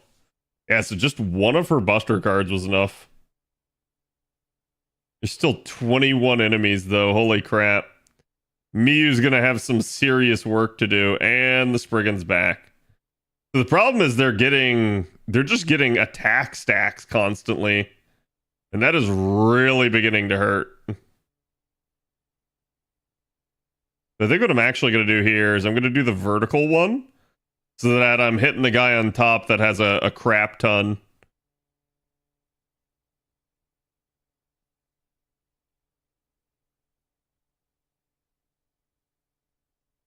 I can't heal anybody other than with Muse and P2. We'll basically just keep staggering the cards. Hopefully that allows them to flip-flop. Okay, we at least got the Spriggan dead. Oh, man.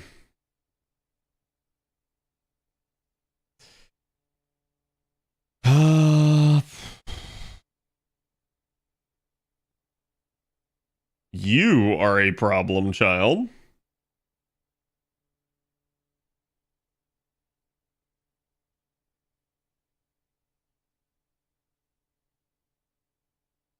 Target left.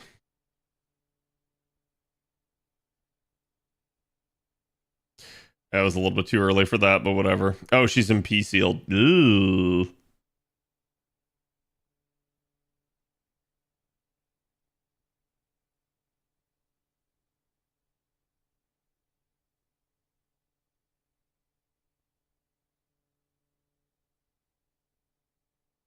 That recurring debuff there is really just nasty.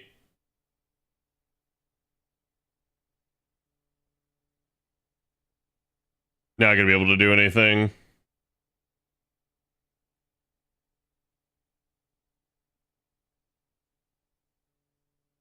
We're just gonna try staggering here. Okay, good. We got it dead. Oh no, she wasn't strong enough to kill him. Oh.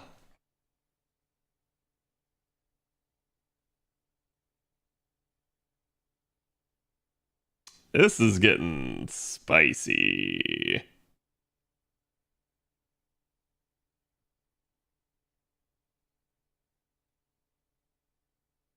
I had one in the middle right now, I could target those sides. But I don't.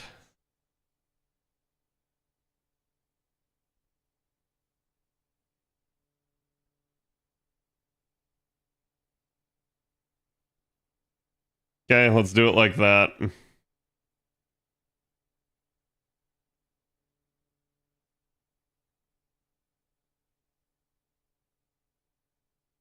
gonna try keeping him up for a little bit because Protero's actually effective here. Mew's in trouble though, whether it looks like it or not.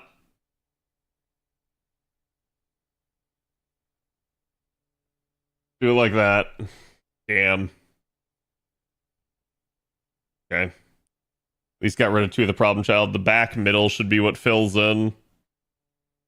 Nope, it didn't. It truly is a random spot.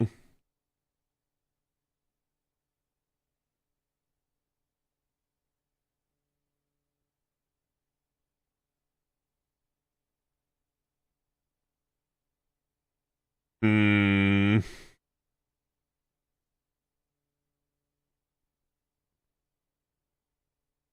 Do it like that.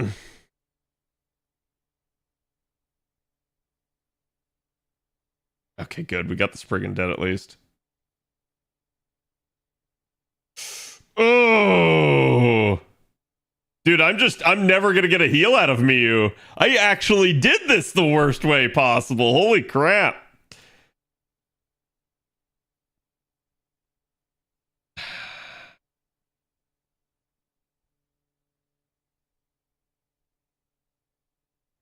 That may not have been smart, because I definitely need to kill here.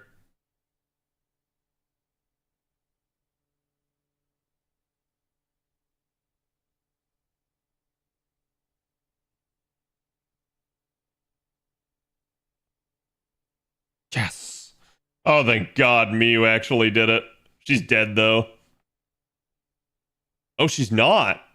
Oh my God. She's at 98. What the heck? What the heck? I can keep her alive. But she has one card! And it's a Buster card!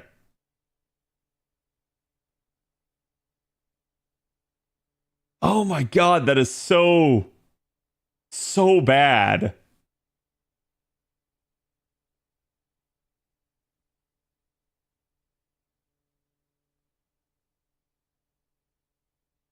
Donzo's not in P sealed, at least.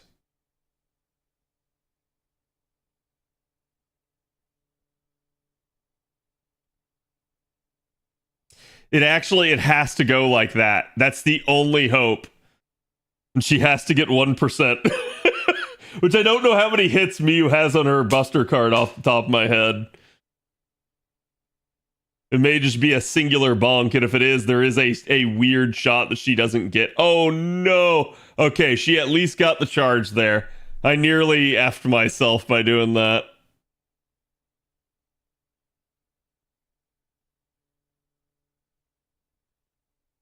There's 6 enemies left.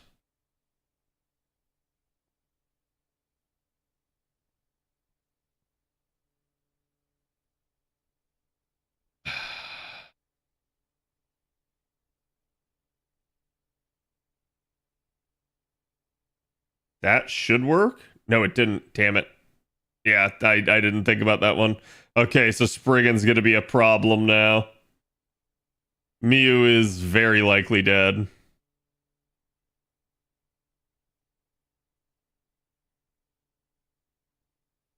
Well...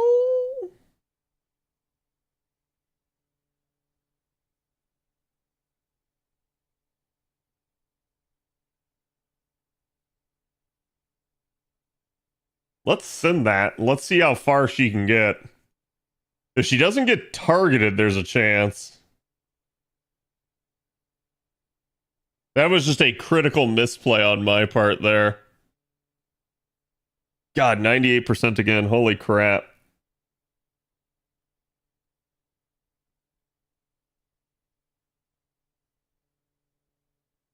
Oh my God, it worked.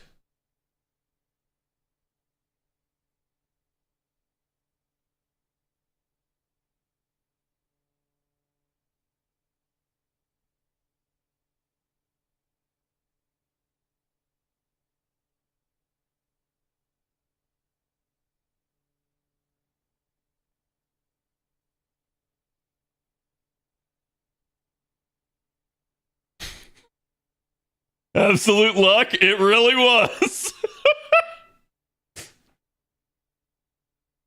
I had to get actual good RNG there.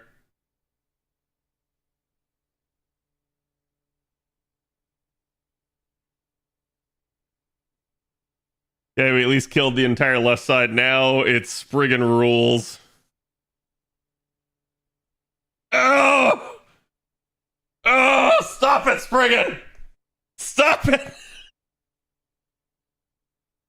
I have a 750k hunter to deal with, which sure hit.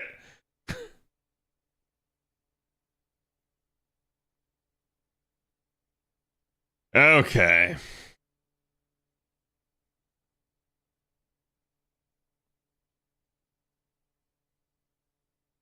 Donzo is probably the key here.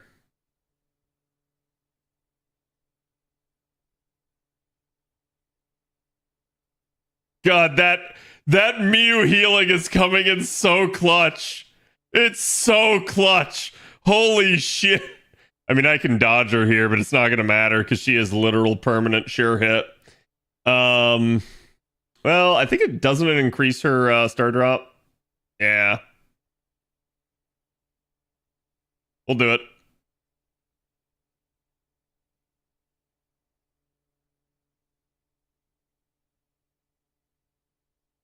Send it, baby. Mise en is really good. It really is. The delayed effect is kind of wonky, but it's similar to Merlin, where it's like if you can get it rolling, you can be good, especially if you can get multiple stacks of it. But it is pretty rough to actually have. And again, you can see all the attack ups are what really start making the difference. But I mean, again, damage bonus is just insane in this one. So yeah, we definitely did that in the stupidest way possible. I was fine early on, and then like we got to that one critical juncture and I just used the exactly wrong one. If I had used either other choice there, I probably would have at least gotten some value out of it. But that one I basically got no value out of. All right, last one up, the Illusion Crossroad. You must fight your way through a total of 10 areas to face the final boss beyond the forest. Each time you defeat one enemy in an area, you will receive one non-removable buff that will give you an advantage in battle and move automatically to the next area. Each type of enemy will grant a different buff effect with up to 9 effects available by the time you face the final boss. You can check the available buffs and their power on the enemy status details. Okay, so this is just basically it's buff stacking. And then who's my final boss here?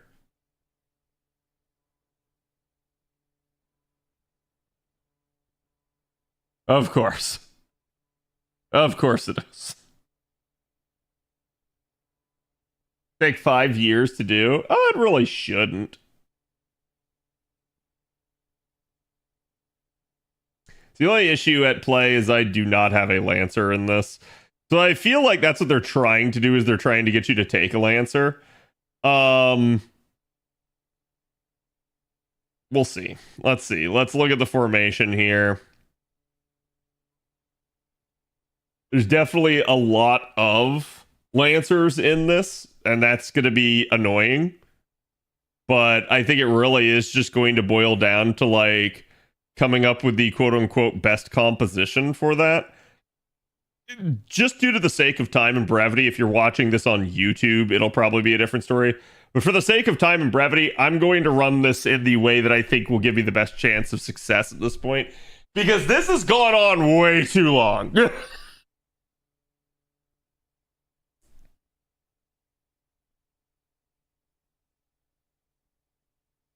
Okay.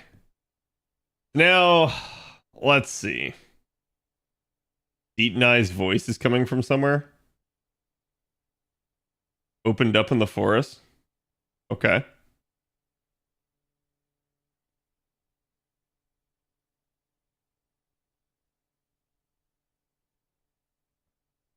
Oh my god. Yeah, I didn't realize she was going to be monologuing. Holy crap. All right.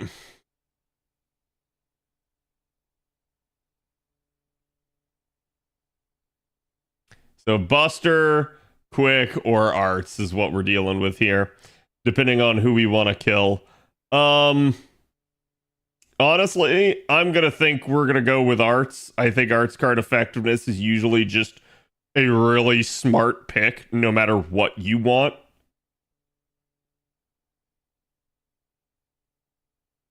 So we'll just send it. Ooh, she got a nice lucky early crit off of that. And we just barely don't get to kill, which unfortunately means that we take a little bit of damage here. I am definitely going to abuse this for a Mighty Chain.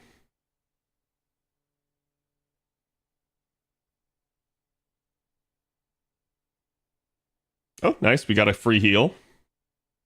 Nice whispering, obviously. Yeah, totally not shouting from the megaphone. All right. Attack. Defense. HP. As it's just a single one-time heal. So, to me, you probably want attack. is probably the smart choice. Next round will have something going on here. There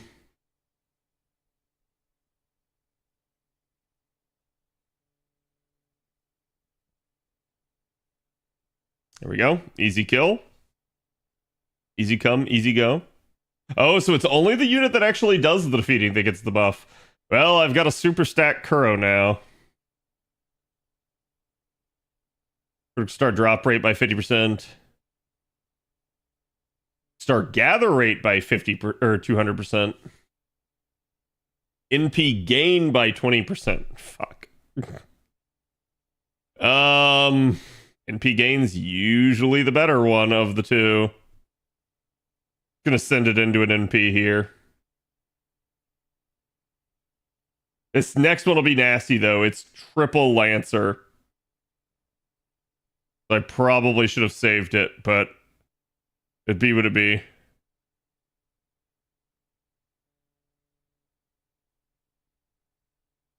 Buff stacking ahoy, yep.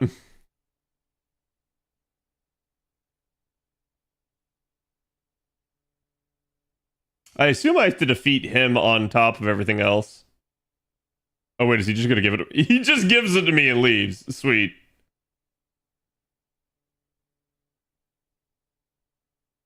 Negates art's attack, resist of the strong enemy waiting at the end. I know what each one's gonna be, so it really does need to be this.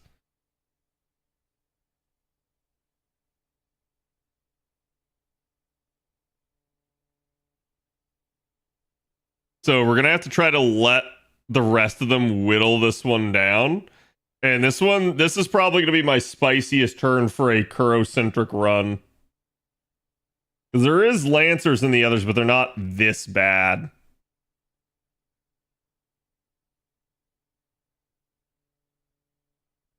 I'm gonna prioritize keeping her alive.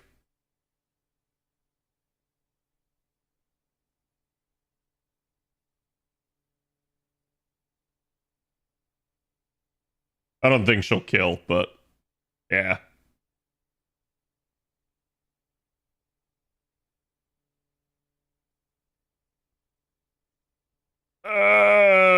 This is getting spicy now.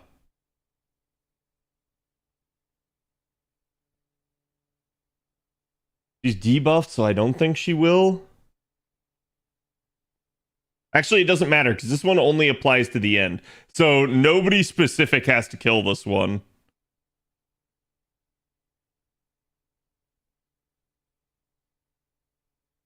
Which actually does make things easier now that I think about that. So I could NP and take it right here. I think I will just go ahead and charge her.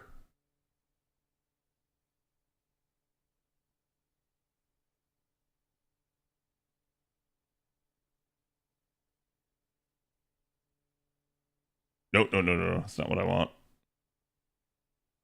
We're gonna try to kill. I'm gonna need a lucky crit. Miyu heals, yeah. I need to get the heal rolling. It's gonna give extra benefits, but I just need to get people getting topped back off. Getting her working on her next one. Oh, she didn't get any crits. That is so unfortunate. Now I end up taking this full turn of damage. Or not, actually. Interesting. Well, that was a choice. We'll actually invert this and we'll go for just pure critical star gain. She should easily kill. So the old good Archchain, which was ABQ, now becomes the new best not Brave Chain, Mighty Chain for Star Generation. Okay, so this one is 60% of the defeated unit's HP. I really don't need that. Increase the defeated opponent's MP strength by 10%. Critical strength. Yeah, that one's an actual no-brainer. So the problem is, what happens if I multi-NP? Like, if I AoE NP here with Danzo, I'm worried she kills both the boar and that. Let's just go ahead and see. I really don't know. You only get one? I know. I may have to scuff here because I don't know if she'll just kill outright. Oh, yeah, she did.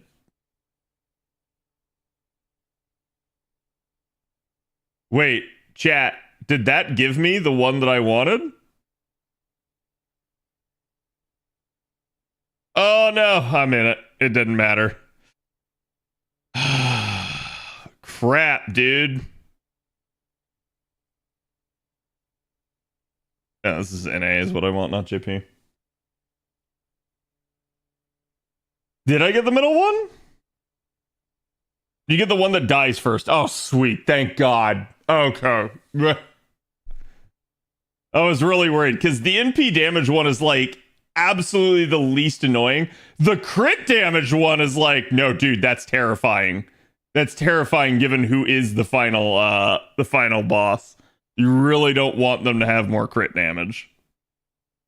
Okay,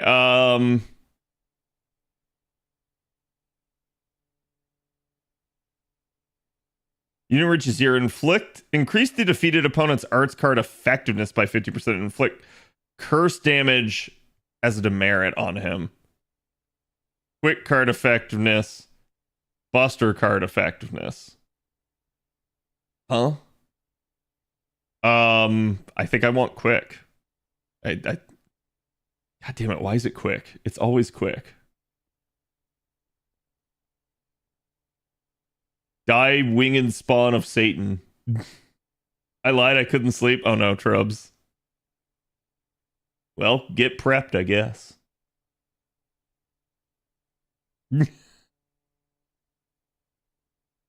Trubs too excited for the upcoming stream chat.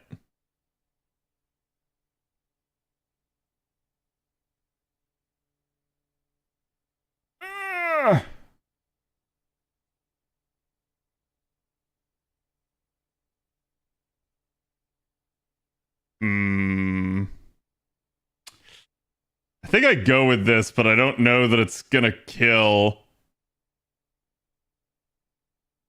Oh, it did. Lucky crit from Mew.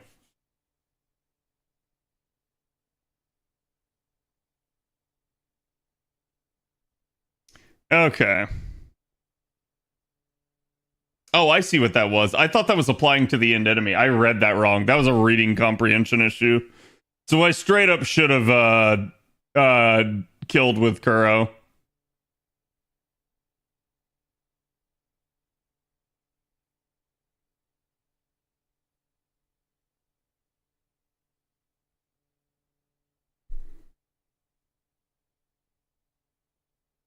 That negates the NP attack resistance of the strong enemy waiting at the end.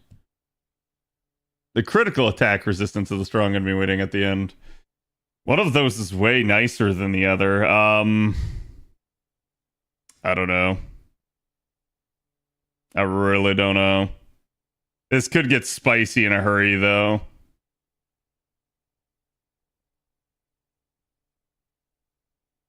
Holmes animation update? That'd be nice. Did you wanted the Archer's Arts buff? I did, yeah. I thought it was applying to the end enemy, not to me. And it was applying to me. And I'm like, oh, crap. And now actually Mew might, yeah, I was gonna say she might get bodied by him. Oh, you're really, really trying here, game. Gonna heal Mew. It probably won't be enough.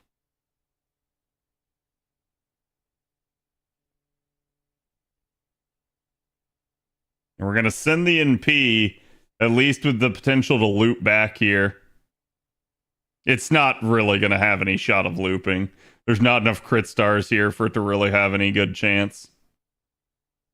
But it's just trying to get as much NP gain as possible.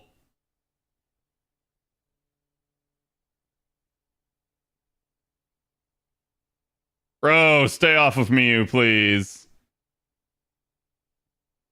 Like, hit Danzo, good lord.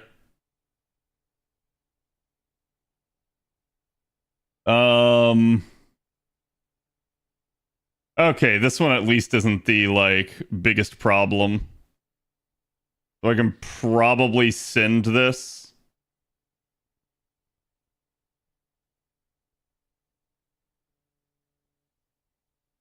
And kill.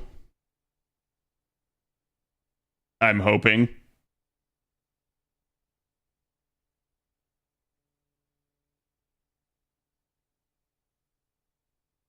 Okay. Wait, she didn't go away? Okay. I was about to be like, oh god, that dramatically changes how I handle that.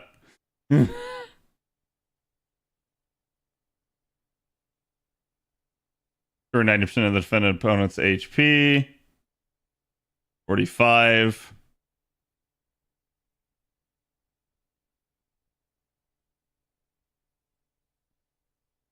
Increase the defeated opponent's NP strength.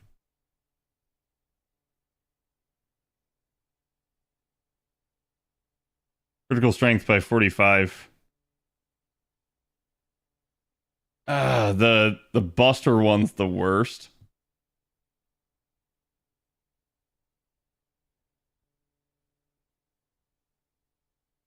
So the real problem is going to be him if he pops off on me.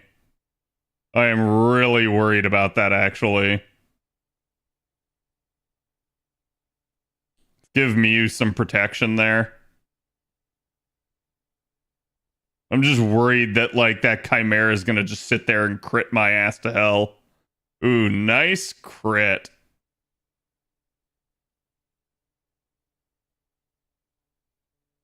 Tried.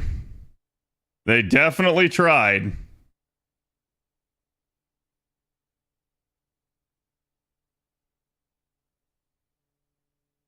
Wait. No, hold on. That would have been really bad. That would have been really bad because it was literally, it was going to give NP damage up to Miyu. I was just sitting there. I was like, oh, wait, I can kill him with this hand. I won't have to use the NP. And then I was like, no, that's a terrible idea. Don't do that. Translation error, I'm pretty sure. It's just, it's like a difficult thing to actually like word it properly. It doesn't boost the healing, right? That would actually be kind of nice. It would be a really, honestly, that would be, I think, a positive change for the game, at least for non-Merlin and proto-Merlin healers. But for everyone else, that would be terrible.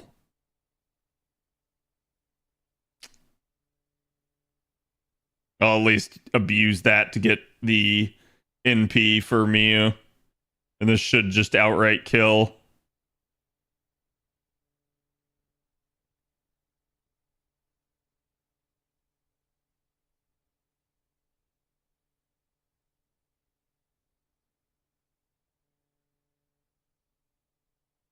Okay, what are we dealing with? The defeated opponent's Buster effectiveness and Quick and Arts card effectiveness. Okay, so it's probably... All right, so now we're actually pretty stacked here. If I can manage it. So they are just appropriately colored.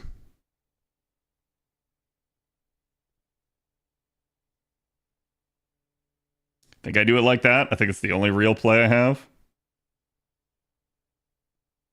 I could Donzo NP, but I don't think she'd kill. I'm sitting here thinking, like, is there any actual value to Donzo's NP in general?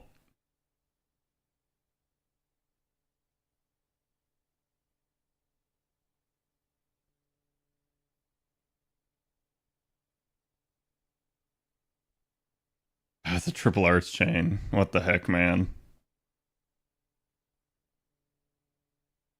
Not like it's gonna help in the last wave. Yeah.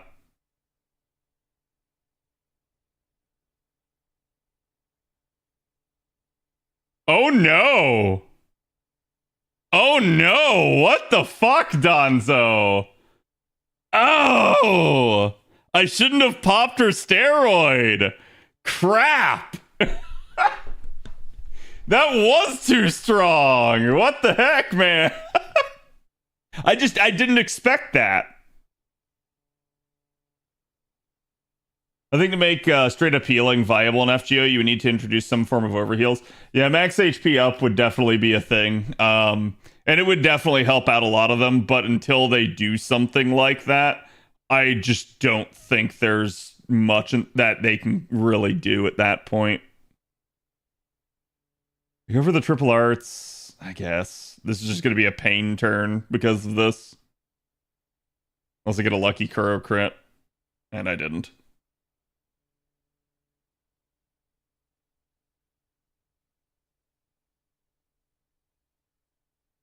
Yeah, one more turn on the heel. Ooh. Ooh, that's a brave chain. That's such a brave chain.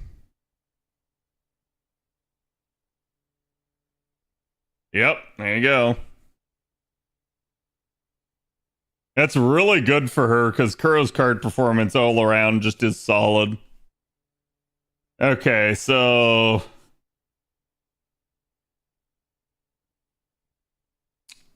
like I said, chat, I did not want him getting more crit damage because he's already gonna have a bunch.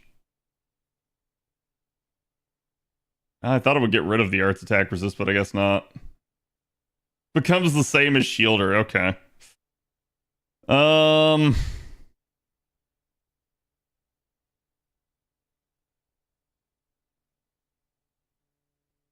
Send it.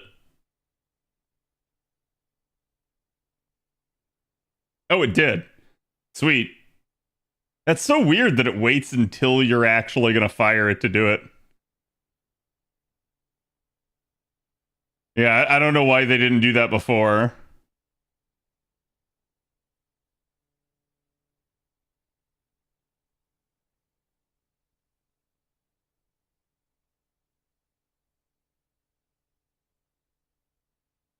Bro, what?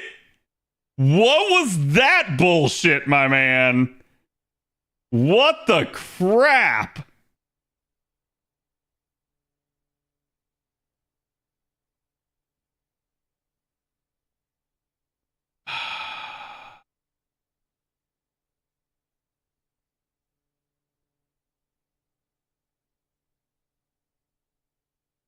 Chiron knows who his enemy is, clearly.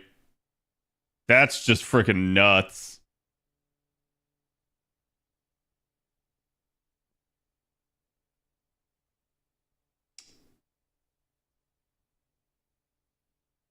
This is kind of a wasted turn, so we're just gonna NP and then try to get as much back with Mew as we can. Know where you have Donzo skills? Why would you curse me like that? Why would you literally said that just so that Chiron would target Donzo? I know you did. Okay. There we go.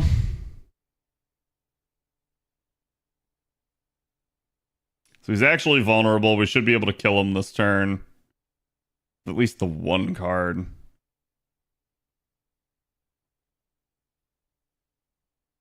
I don't know what his break bar effect is. Is it an instant charge?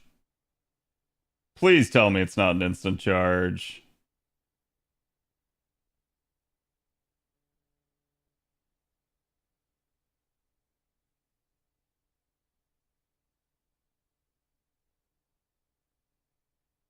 Not instant charge. It's instant death. Problem is nobody else here. Well, it pretty much needs to be the arts. The arts cards. It's the only way. I'm just gonna have to send this, and we're gonna have to limp Kuro back to another one. Charge per turn. Oh, great.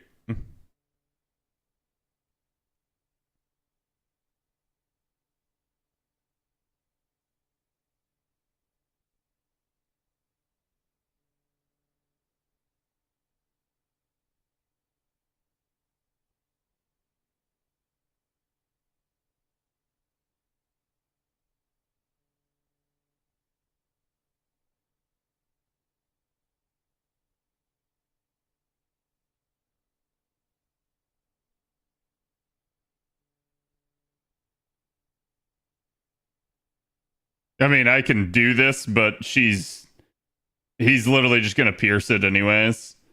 So there's not much that actually can be done there.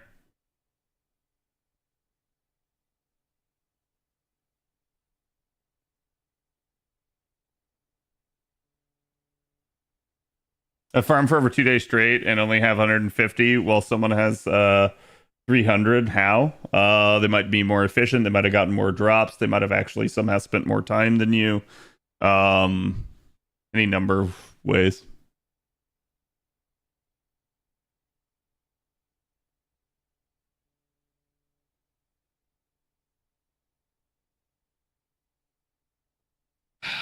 That asshole.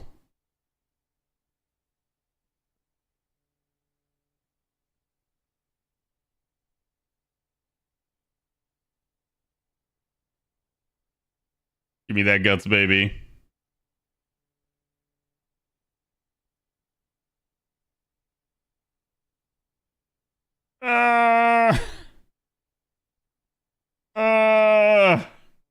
Not having that steroid hurts so bad. This is just literally go for the NP and try to get as much back as I can.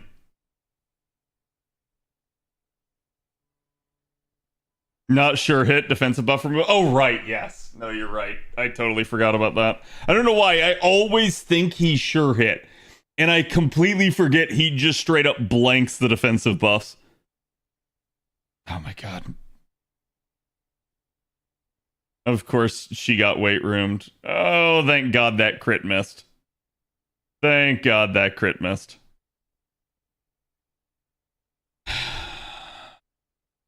And it's not going to matter because he's dead. Charge per turn, my ass. Yeah, that damage resistance is hefty too. You can see it's like, looks like it's like 60 to 80% somewhere in there, where you're just dealing far less damage if you don't use the correct card type.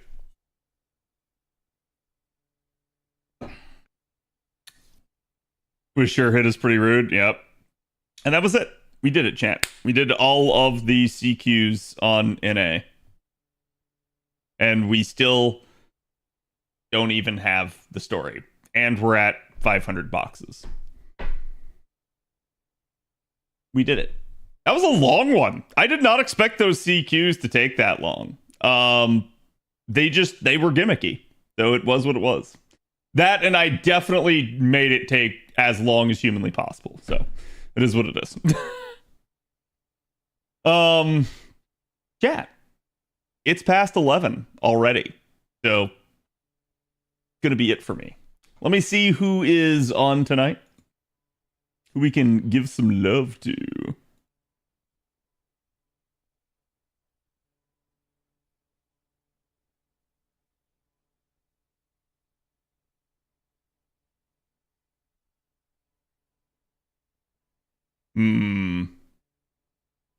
I'm just seeing the gurus on, so I'm gonna send you guys over to Miss Ivy, who's just chatting right now. And I will be back tomorrow. Why did that not actually? Wait, why did that type that in chat?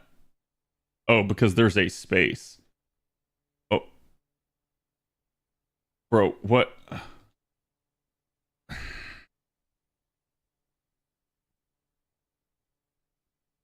There, now it worked. Good lord. Anyways, I hope you guys enjoyed it. I hope you guys had a lot of fun with this one. I at least had fun trying to see if I could break them. Unfortunately, gimmicks are really restrictive. So in that regard, they're definitely not as brainless as people would have it, but they are certainly pretty, like, I'm gonna say like pretty foolproof, where even if you did mess it up and you didn't feel like you were gonna get the job done, like again, most of me doing this was me doing it without the damage C or a 6th unit. So the fact that you can just do it with the actual units, I think kind of proves everything about it. So yep, don't forget to check out both YouTube channels, both the main one, Cad Roth, and @CadPlays. That's the second one with all of the all of the live streams, and we did get the memberships and stuff set up for that. Hopefully it gets approved and it should be up for tomorrow's stream. Tomorrow will be Ordeal Call 4 coverage, including whatever new stuff comes out. So don't forget, check out Mr. Two Love Trouble. He's also going to be live streaming that in a couple hours if you guys haven't already. And I will see you guys for the next one. Go give Miss Ivy my love. Good night.